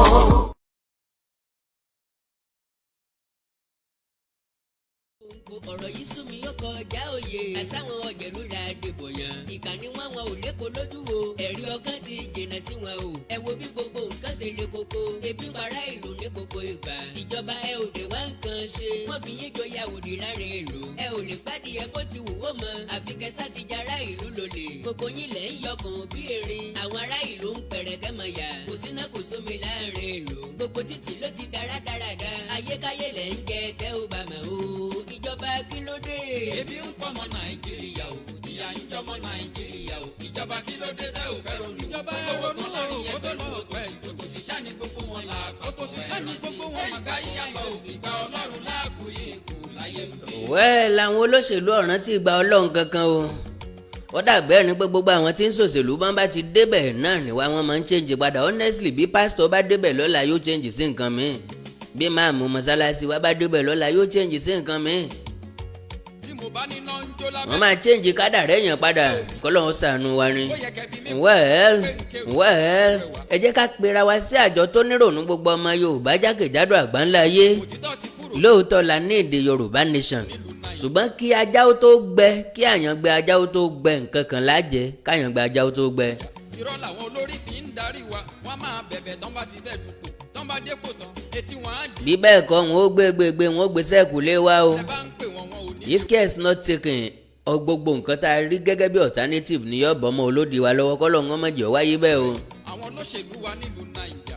wẹ́ẹ̀lì yẹn ni wọ́n dùn ọ́nà kí n mọ̀ bàá jẹ̀kọ́ tó lè gun akanda ló ti ń wọlé ọ̀jẹ̀nu mi lọ bí n bá wí lájò wọn ò ní pè ránṣẹ́ lé. abọ́ mímọ̀ rẹ o abọ́ mímọ̀ rẹ o abọ́ mímọ̀ rẹ o mo ti jíṣẹ́ ràn mí abọ́ mímọ̀ rẹ o. torí bí gbogbo nǹkan ṣe ń lọ yìí. ọpẹ́ tá a rí dá lórí ìdìbò ìpínlẹ̀ Èkìtì òun náà ni wípé wàhálà àti làásìgbò kò ṣẹlẹ̀ kò sí ìfẹ̀míṣòfò alihamudulilayi. torí ààbò ìlú ti mẹ́hẹ̀ o. mo bára mi dúpẹ́ mo sì báwọn èèyàn ìpínlẹ̀ Èkìtì dúpẹ́.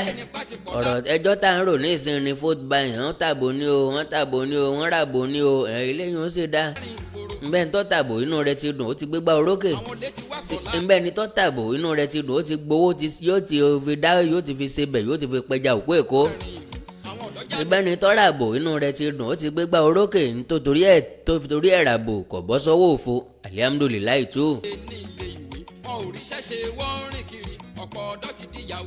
bójú ọ̀rọ̀ tágbàdo ògbó ojú takọtabo ni ó ṣe béèyàn ṣe é jìyà fódìdí ọdún mẹ́rin mo kí ẹ̀yin ìpínlẹ̀ Èkìtì pé ẹ tún kó àmójúbà ìyà tuntun.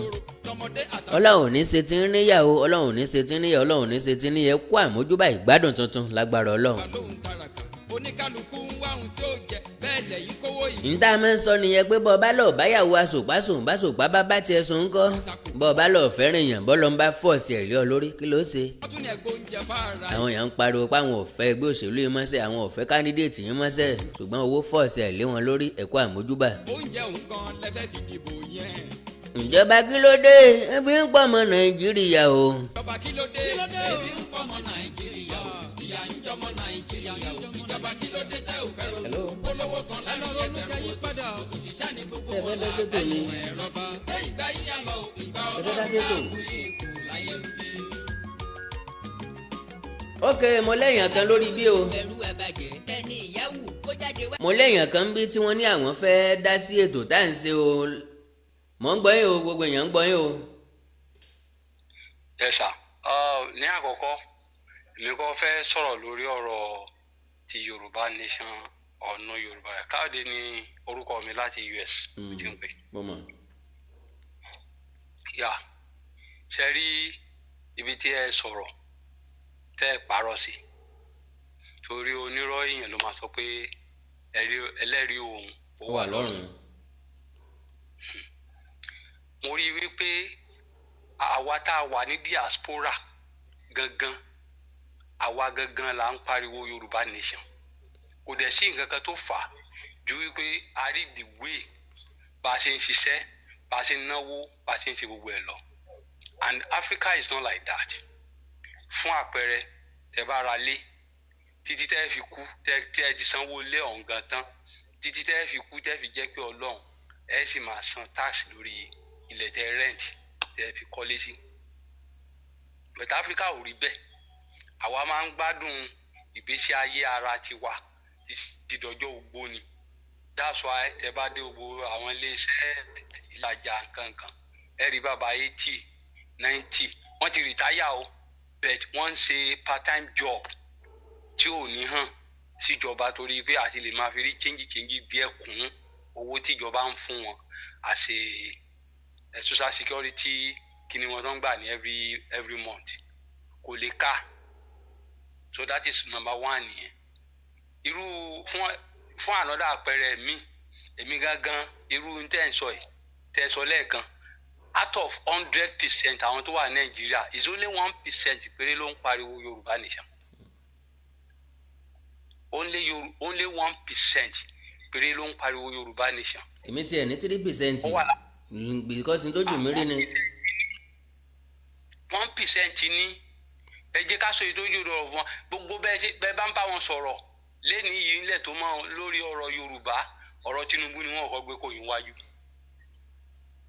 ọ̀rọ̀ Tinubu ni wọ́n kọ́ gbé kò yín wá àwọn òṣìṣẹ́ pé kẹ́ni tí ó jẹ́ jíde kó má jíde kò ká wa ṣùgbọ́n gbàtà wa bá ń lé pé ìyà ń jẹ yín ní orílẹ̀-èdè wa tá a ti wà tẹ́yìn wá ń tẹ̀sí ń bìkítà pé ìyà ò jẹ yín a ti wo gbogbo social media àti tìǹà tẹ́lómi sọ pé àwọn ò tiẹ̀ gbàdúrà kí Yorùbá akúṣẹ́ ni o tó jẹ́ pé a ti jẹun ó ṣòro fún wọn tí wọ́n á sọ fún yín pé àwọn ò gbàdúrà kí Yorùbá pín pé torí tá a bá pín ìyà ó jẹ àwọn ìyà ò ní jèmi. ìyà ò ní jèmi náà. ó ti ìyà ní àṣẹṣà ìyà ó jẹ àwọn ẹdún náà ìyàwó ló tó fẹ́ jẹ́jẹ́ tó ń jẹ́ lọ tí òun jẹ́jẹ́. I don't know.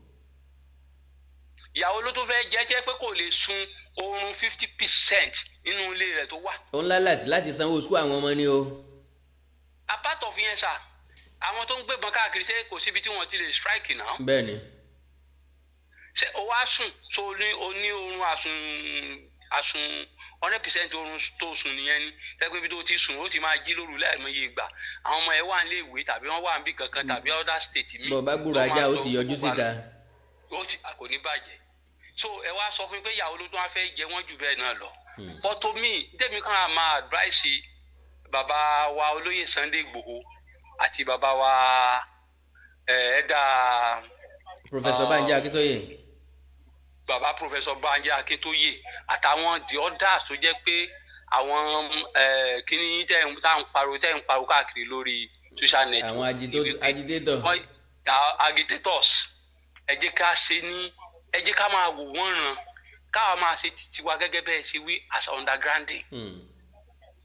káwọn máa àwọn gbà tó bá yá wọn bẹ́ẹ̀ wọ́n fẹ́ kú tán ni o bẹ́ẹ̀ tí wọ́n gbà wọ́n fẹ́ pa wọ́n tán tàbí tí a bá jẹ wọ́n for the second round again in fact kì í ṣe second round látàrí Jonathan gan ni ìyà ti bẹ̀rẹ̀ látàrí Jonathan ṣùgbọ́n wọn ì kọ́gbọ́n rárá ẹ jẹ́ káwọn gangan fún ara wọn kí wọ́n wá bẹ̀rẹ̀ sí ń jáde kí wọ́n bẹ̀rẹ̀ sí ń pariwo Yorùbá nation láfẹ́ o tó bá bá wọn Yorùbá nation láfẹ́ o mo ò bí gbà yẹn ẹ ṣẹ̀ṣẹ̀ wá dìde. ọ̀rọ̀ wa ẹ̀sẹ̀ máa wá nítumọ̀. a ṣẹ̀ṣẹ̀ nítumọ̀ èmi ò sínú àjìjàgbara tó ti máa sọ pé mo wà nínú àjìjàgbara irọ́ ni mo wà lábúrọ́dì mo ti máa ń pariwo Yorùbá èmi supporter Yorùbá nation ni mi 100%. bẹ́ẹ̀ lèmi náà. kò sí owó tí mi kì í dá kò sí iye tí wọ́n bá ní kí wọ́n jọmọ́ Yorùbá tí mi ní san tó bá jẹ́ pé wọ́n bá lè lọ wo check up gbogbo báwọn ṣe ń gbó kán lọ wo my name is 100% there Káyọ̀dé Mustapha ni mò ń jẹ́ so mi lè ṣe kí n má san so I'm 100% of Yorùbá nation àní àwọn ọmọ mi gan tèmi gangan bí gangan fún ara mi wọn ò pariwo Yorùbá nation rárá so irọ́ ni tá a bá ń sọ pé wọ́n ń pariwo Yorùbá nation irọ́ wọn ò pariwo kankan o wọn ò pariwo kankan let them suffer it tá a bá jìyà yẹn àwa tí ó kàn náà ni ó kàn ẹni tí ò ní kàn kò ní kàn. bẹ́ẹ̀ni. so káwọn gangan wá bẹ̀rẹ̀ ariwo Yorùbá nation láti orílẹ̀-èdè yẹn gangan wá fún ara wọn òbí yẹn ló máa bẹ́tà láṣẹ wa mọ ìgbésẹ̀ tó yẹ kẹ́ ẹ gbé but àwọn ò ní relent ẹ ní relent lórí no a gbọ́dọ̀ dá dúró mo ti ní kárí gẹ́gẹ́ bí project èèyàn máa ń ṣiṣẹ́ lé lórí all the time n ló fi máa ṣàṣeyọrí. sẹ́rí sa ẹjọ ẹ bá lè gbàgbé láyè kékeré díẹ̀ sẹ́rí àwọn ọ̀rọ̀ kan àtẹ́kọ́ kọ́kọ́ fẹ́ sú mi tẹ́lẹ̀ bẹ̀ later on ìgbà tí mo wá gbọ́ ìdí ẹ̀ dáadáa kò tó jẹ́ kó sú mi mọ́ ó tún múnú mi dùn especially sa bírú ṣe mọ̀ pé ìlànà ọmọ Oòduà a gbé Nàìjíríà lọ sílé ẹjọ́ wípé kò ní sí election ní Ekiti and Ondo, not to my surprise títí tó fi di ọjọ́ Saturday tó lọ lọ́hùn láyà mi ti ń já pé gbọ́ nǹkan kan lórí kíní tó ṣẹlẹ̀ yìí.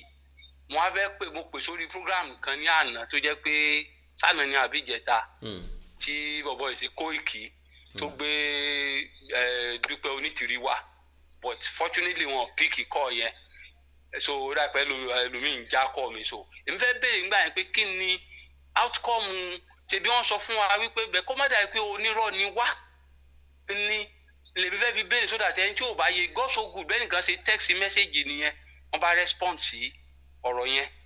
Àná ni pẹ̀lú Lady K àmì Lady B ìyàwó yàpá náà ní program yẹn. So pẹ̀lú Lady B mo rí kó bá ń ṣe wá response sí ọ̀rọ̀ yẹn nìyẹn pé n tó fà ní pé gbogbo ìgbà táwọn ń lọ sí court wọ́n àjọ ìkéèsì yẹn ni to the extent pé gbogbo àwọn tí wọ́n allege kò sí kankan nínú federal government tó yọjú. mo ń bọ̀ mo máa wá ṣàlàyé ẹ̀ fún tẹ́ bá ti dákẹ́ tẹ́ bá ti kúrò lórí fóònù. Okay sir, that would be better sir. So nídìí nìyẹn tèmi sọ pé ẹ jẹ́ ká máa ṣe títí wọn underground, but ẹ jẹ́ kí ariwo Yorùbá nation kọ́ tán bá lè fi wọ́n sílẹ̀ kọ́ jẹ́ kí ariwo Yorùbá nation yẹn gangan kó jáde wá láti ilẹ̀ Nàìjíríà gangan fún ara ẹ̀ nílẹ̀ Yorùbá ìbá látò mọ̀ bí táwa ń lọ àti mọ̀ bí táwa ń lọ báyìí o. Àwa táwa wà ní diaspora tá à ń ṣe ó pọ̀ ju bẹ̀bẹ̀ ìtí Nàìjíríà gangan ń ṣe fún orílẹ̀-èdè yẹn. God bless you sir. ìyẹn báyẹn sà. All right. sẹ́rí ẹlẹ́ẹ̀kejì ni sà ọ̀rọ̀ ń pa election no election. Àwọn olóṣèlú ọ̀kan ronú kankan ni tó wá kán bá ronú ni ẹ mọ̀ ìpẹ́ tí ó wọlé yọ́sílẹ̀ ni ò bá wọlé tí ó bá lè sọ pé òkè owó tóun fẹ́ ná fún presidential election yìí o òun rẹ́dí láti kó fún ASUU kí ASUU fi ṣẹ́tù ara wọn káwọn iléèwé yẹn fi wọlé. báwọn ọmọ yẹn bá wọlé wàlẹ́ ẹni tó lè sọ pé kọ́ máa dìbò fún mi tí rẹ̀ nìyẹn. ẹnìkan ṣoṣo lè san. ẹnìkan kan lè san náà méjèèjì tó ń pariwo yìí. Tinubu lè san Àtíkù lè san. alátìtì lẹ́ẹ̀kan kò sí nǹkan kan tó ń fẹ́ mú wá àti tọ̀sún bí Adeleke wọlé ṣe billions of naira tó ti ná láti jọ ọ billions of naira àbí dọ́là náà pè ní àbí náírà ló ná ni. ṣé àwọn débẹ̀ gbogbo àwọn tó ń jọ náwó yẹn tí wọ́n ní gain owó wọn padà ni. So they are nothing, they have nothing to offer us. wọn ò ní nǹkan kan tó fẹ́ offer ju pé àwọn náà kàn jẹ ààrẹ tàbí àwọn náà jẹ gómìnà lọ orúkọ lásán tó ń fẹ́ nìyẹn. kò sí nǹkan tó fẹ́ offer wa o bẹ̀tẹ̀ ẹni tó bá wù kó gbọ́n ẹni tó bá wù kó má gbọ́n èmi as far as I concern Káyọ̀dé mi ò fẹ́ nǹkan kan sílẹ̀ kan mọ́ Nàìjíríà kò sí. God bless you brother mi. tí o bá bí mi lẹ́ni tí màá ní kọ́kọ́ lọ pa ìyàwó ìjẹ́ tí yàrá bá jẹ ó máa pariwo ní Yorùbá nation. God bless you brother mi. báyìí tó dá mo fi ṣẹlẹ́rì mi ì fún ẹnìkan kan ní dọ́là cent ló kéré jù lówó Amẹ́ríkà mi ì fẹ́ nìkan kan. Hello Mr. K. jẹ́ kí n fèsì àwọn ọmọ ti tèmi náà. Hello Mr. K. àbọ̀ mi nìyẹn sà àbọ̀ mi. All right ẹ má worry tẹ́ bá ti drop máa ṣàlàyé fún yín ẹ má worry. Okay sir mo jẹ ti délẹ̀ all right sir God bless you later. Now. àìmọye èèyàn ló fẹ́ ṣẹrú ní Nàìjíríà. nǹkan tí Mr. Káyọ̀dé sọ yìí mo ti sọ sẹ́yìn lọ́dún tó lọ ọ̀pọ̀ èèyàn jáde láti against mi mímọ nǹkan tán mọ́ déédéé against mi láì láròjinlẹ̀ bíi tọ̀dọ̀ mi bí mo ṣe ń ronú jinlẹ̀ Ọlọ́run ò fún wa nírònú bákan náà ohun tí mo sọ ń gbà yẹn ni pé tán bá fẹ́ káwọn èèyàn ó jígìrì sọ̀rọ̀ Yorùbá nation tàbí kó rí wọn ó pé ẹ̀yin tẹ́ wà labroad tẹ́ ń sẹ́ǹdì owó sílé ẹ má sẹ́ǹdì owó mọ́ àbúrò mi ni cousin mi ni ọmọ uncle mi ni gbàdúgbòjè ni àbúrò mọ́ mi ni ẹ̀gbọ́n mọ́ mi ni ẹ má stop sending money to them. owó tẹ́ ń sẹ́ǹdì sí wọn lé ọmọ mi fẹ́ ṣe freedom ni ẹnìkan sì kínní afẹ́sẹ̀ kó mọ́ ni ìyàwó mi ṣẹ̀ṣẹ̀ bímọ lọ́sibítù ni all those money tẹ́ ẹ̀ bá ti sẹ́ǹdì ẹ̀ mọ́ kán lọ bá politician tí wọ́n gba 5,000 naira 10,000 naira lọ́wọ́ ẹ̀ kọ́ bá wọn fúùtù béèlì wọn not until then ní iye wọn tó máa sí sọ̀rọ̀ Yorùbá nation the best solution fúnra Yorùbá láti gbádùn ilé ayé wa without any disruption láì sí wàhálà kankan láì sí ọ̀nbọ̀ ọ̀nlọ kankan ní Yorùbá nation ṣùgbọ́n ó nira fún olóde wa láti débẹ̀ certainty now àwọn ìlànà ọmọ Oòduà àwọn ọmọ Professor Banji Akíntóyè tán gbé Nàìjíríà lọ ilé ẹjọ́ àwọn èèyàn ọmọ nǹkan tí wọ́n ń ṣe ni o honestly wọ́n ọmọ nǹkan tí wọ́n ń ṣe wọ́n máa ń fi ẹ̀tẹ̀ sílẹ̀ pálapàlapà ogun tí wọn ò lè ṣẹ́ ni wọ́n máa ń dáwọ́ lé now ẹ̀yin tẹ́ wà lábúrọ̀dù ni wọ́n tún kó jìyà bẹ̀ ẹ̀yin ni wọ́n sọ pé ká máa dáwọ́ ẹjọ́ kan ẹ sì máa gbé kọ́ńtírì lọ sílé ẹjọ́ ẹ sì máa gbá àwọn tó wà ní gọ́fìmẹ̀ntì tó yẹ pé wọn ò ní listening here ẹ sì máa gbé wọn lọ sílé ẹjọ́ ẹ wá ní wọ́n postpone ẹ̀ wọ́n postpone ẹ̀ till eternity ni wọn ò lẹ́jọ́ kankan láti bá ń jẹ́ pé kò ní sí election lẹ́kìtì wọn ò gbé sórí ilé ìpè sórí àwọn ilé ìpè tí wọ́n mọ nǹkan tó ń ṣe ẹ sì máa sọ fún wọn pé kò ṣe kò election yẹ kó wáyé lẹ́kìtì àtọ̀sùn fókẹ́ni ẹ̀yin lẹ́ni Nàìjíríà ni so ìwà òpònú ìwà ó dẹ̀ máa ń yà mí lẹ́nu gbà tán bá sọ pé ọ̀jọ̀gbọ́n ni wọ́n igbádogójì èrò wájà ẹ máa wò ó pé báwo lọ̀jọ̀gbọ́n ṣe ń ronú báyìí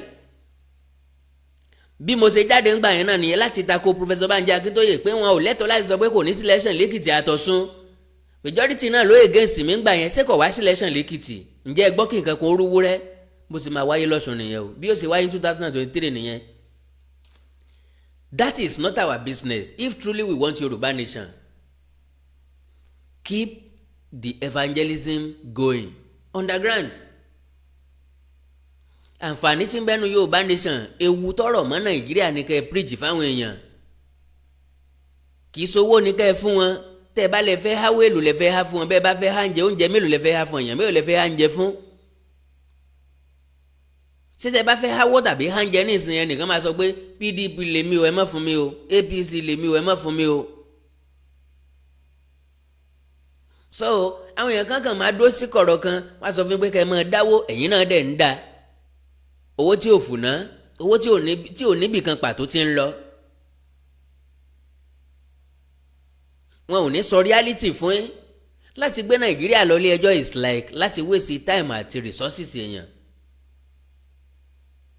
Buhari ló ní listening here ni àbáwọn ilé ìgbìmọ̀ asòfin ló ní listening here àbí ilé ẹjọ́ wa ló ní listening here àbáwọn agbófinró wa ló ní listening here.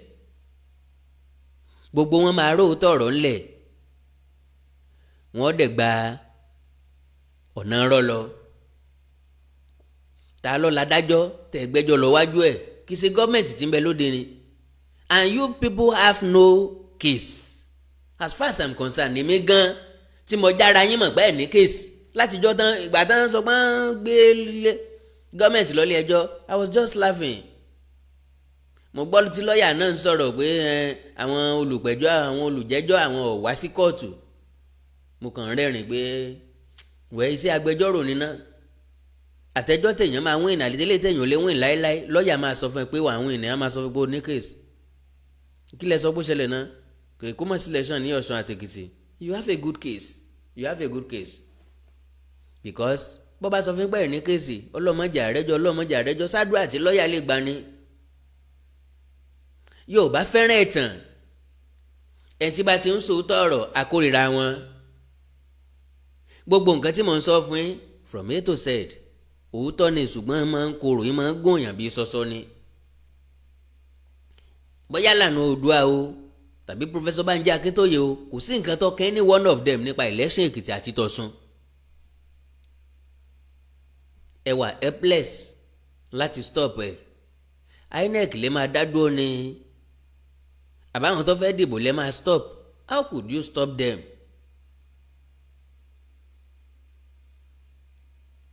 Kí lẹ fẹ́ sọ pé ó dé tẹ́ fi fẹ́ stop wọn àbáwọn security agents lè máa sọ pé ẹ wò ó kò yẹ kán dìbò yẹn o kò ní mínì rárá bí ìgbà téèyàn fẹ̀ tẹ́lẹ̀ pàlàpàlàpà ni àwọn nǹkan tó jójúṣe gangan ẹ̀ ṣe.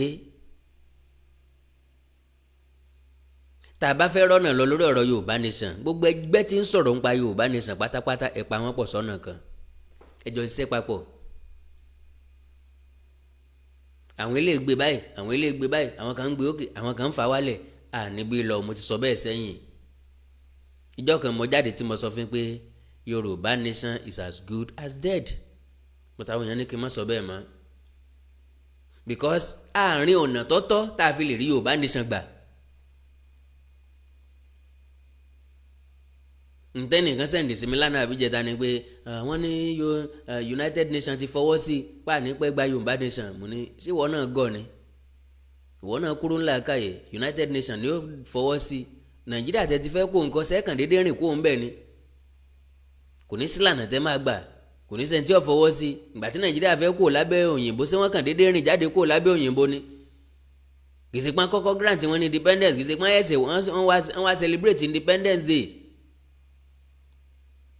kìsì pé wọ́n wá fọ̀pá àkóso ilé wọn lọ́wọ́ ni sáàkàn déédéé rìn jáde kó lábẹ́ àwọn òyìnbó ni ẹ fẹ́ rìn jáde kó Nàìjíríà ni ṣé bọ́dà kan lẹ́ẹ̀tì rìn jáde ni àbí bodè ìlú kan lè ti máa rìn jáde. Wọ́n dẹ̀ ń tàn ọ́ ìwọ tó kàwé òye ò wá yé wọ náà. Àwọn tó ń bẹ lábúrọ̀dù tí wọ́n ń náwó tí wọ́n ń sẹ̀ǹdì owó sílé you can't blame them. Wọ́n lé experience mẹ́rin wọ́n rí bọ́n ṣe ń ṣèlú wọ́n wá wò pé bó ṣe yẹ kí ìlú tàwọn náà wò rí leléyìí ló ṣe wọ́n kì í ṣe pé àwọn gọ̀. Ṣùgbọ́n gbà tí irú pásítọ̀ Felix Bankole bá ń gbowó lọ wọn tí ń pé kán máa dáwó jọ òun máa káwọn kan lọ stọ́ọ̀pù election lẹ́kìtì àwọn mélòó ló fẹ́ kó àìbò ní òkú wọn gbà. tó bá dá wàhálà lẹ́lẹ́kìtì yóò lu ọ̀fẹ́ ni àbáwọn tó mú wá lu ọ̀fẹ́ ṣé ìṣojú ọ̀nà wàrájà náà wọ́n gbà jáde padà tàbí kí wọ́n gbọ̀nà Àkúrẹ́ jáde tàbí kí wọ́n lẹ̀ mọ́nà Kogi tàbí kí wọ́n lẹ̀ mọ́nà Ìlọrin mọ́nà Kwara State ńbo ni yóò gbà jáde.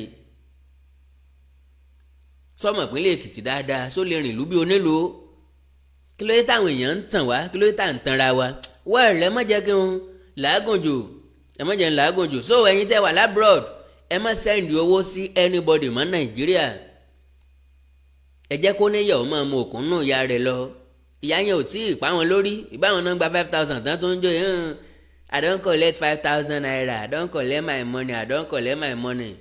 Wọ́n ń béèrè lọ́wọ́ Dàǹgísọ́lá yẹn Ọlọ́run ti gbowó èlò lọ́gbà ó ní 5,000 naira mi ò lè play video ẹ̀ ní o má bínú o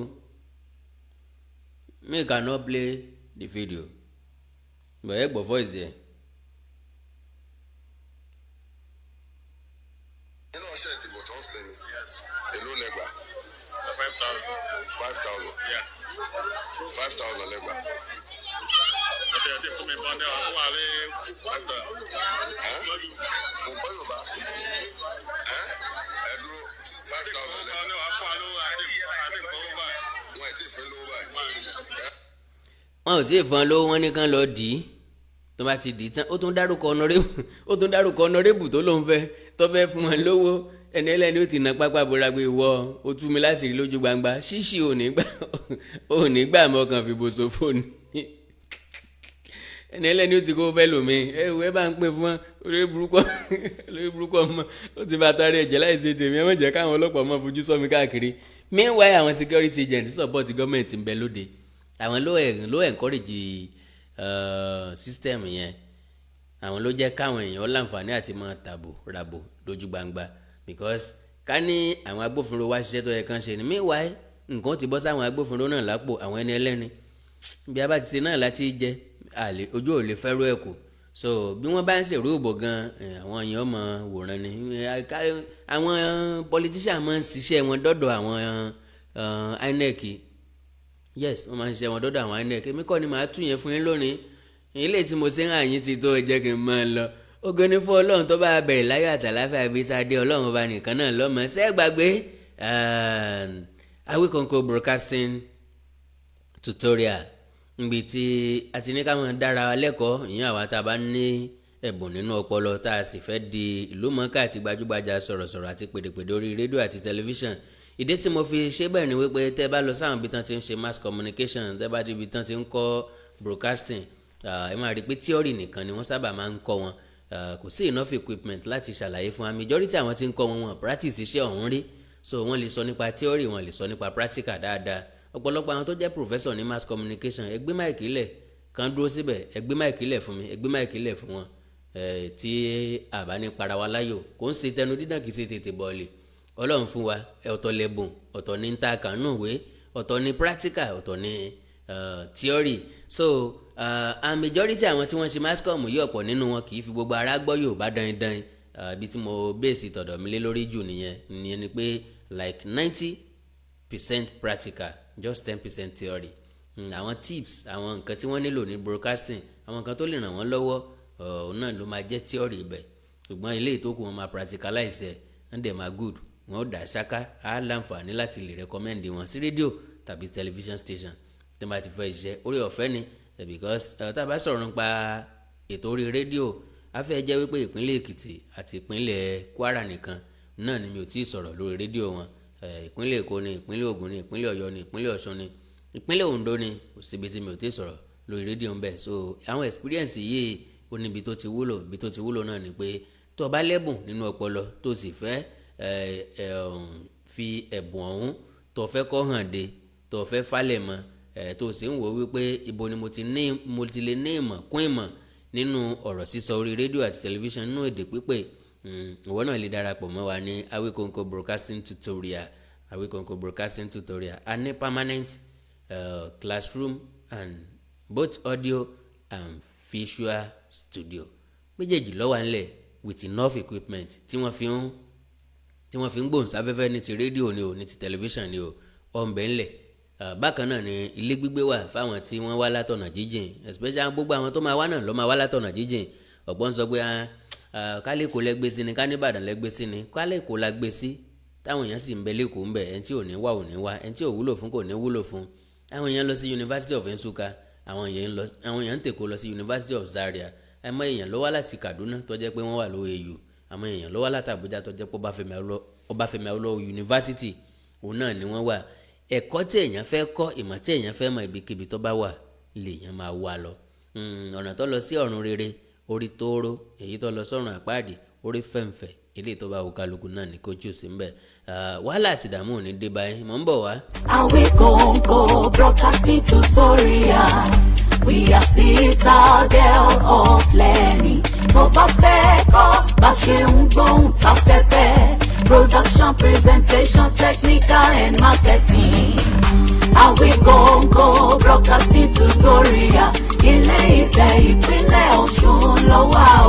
Oh yes, you cannot afford to be a mediocre as a broadcaster. Not so good, not so bad. Pèdèpèdè gbọ́dọ̀ gbógede kó gbólóhùn kó ní àgbékalẹ̀ tó nítumọ̀ tó jẹ tí ń gbèsè láì mọ̀mú lóòmú fòlòlò fọ́ọ̀n tó bá yá. Ló fi yẹ kó o gba fọ́ọ̀mù báyìí láti kọ́ bá a ṣe ń ṣe ní Awikonko Broadcasting Tutorial Ilé-Ifẹ̀ ìpínlẹ̀ Ọ̀ṣun. Níbi tí wàá ti kẹ́kọ̀ọ́ gba ìmọ̀ ìjìnlẹ̀ tó kún rẹ́rẹ́. Bá a ṣe ń gbọ́rọ̀ kalẹ̀ látẹnu àwọn ọ̀jẹ̀mí pèdèpèdè lórí rédíò àti tẹlifíṣọ̀n. Adequate equipment for radio and TV programs in a permanent classroom and studio. Bá a ṣe ń ṣe dé bẹ́ẹ̀ la nílé gbígbé bọ́dìn fáwọn tó fẹ́ bẹ́ẹ̀. Bóyá kì í ṣe Ifẹ̀ nípínlẹ̀ Ọ̀ṣun ni wọ́n ń gbé. Kò sí ìyọnu, ìrọ̀rùn ló bá dé o. Àwọn akọ́ṣẹ́mọṣẹ́ olùkọ́ máa kọ́ ẹ bá a ṣe ń lo console, technicality, productions, presentation and marketing. Tó o bá ti wá pegedé lẹ́yìn tó o bá parí, Awikonko Broadcasting Tutorial ló tún máa recommend yẹ fún rédíò tàbí television station tó ń fẹ́ ẹ̀bùn rẹ̀. For you to be outstanding, enroll today at Awikonko Broadcasting Tutorial Ilé-Ifẹ̀ Ọ̀ṣun State and become a professional in no time. ẹ kàn sí lórí WhatsApp +234 701 428 5276 lórí email awikonko.broadcastingtutorial@gmail.com. 10,000 naira péré ni wàá fi gba fọ́ọ̀mù wọlé láàrin oṣù 3 sí 4. ẹ̀bùn yẹn máa hàn dé. ìwọ náà máa di gbajúgbajà láwùjọ agbóhùnsáfẹ́fẹ́ gbà bẹ́ẹ̀. Awikonko Broadcasting Tutorial, Ilé-Ifẹ̀ ìpínlẹ̀ Ọ̀ṣun ló wà o.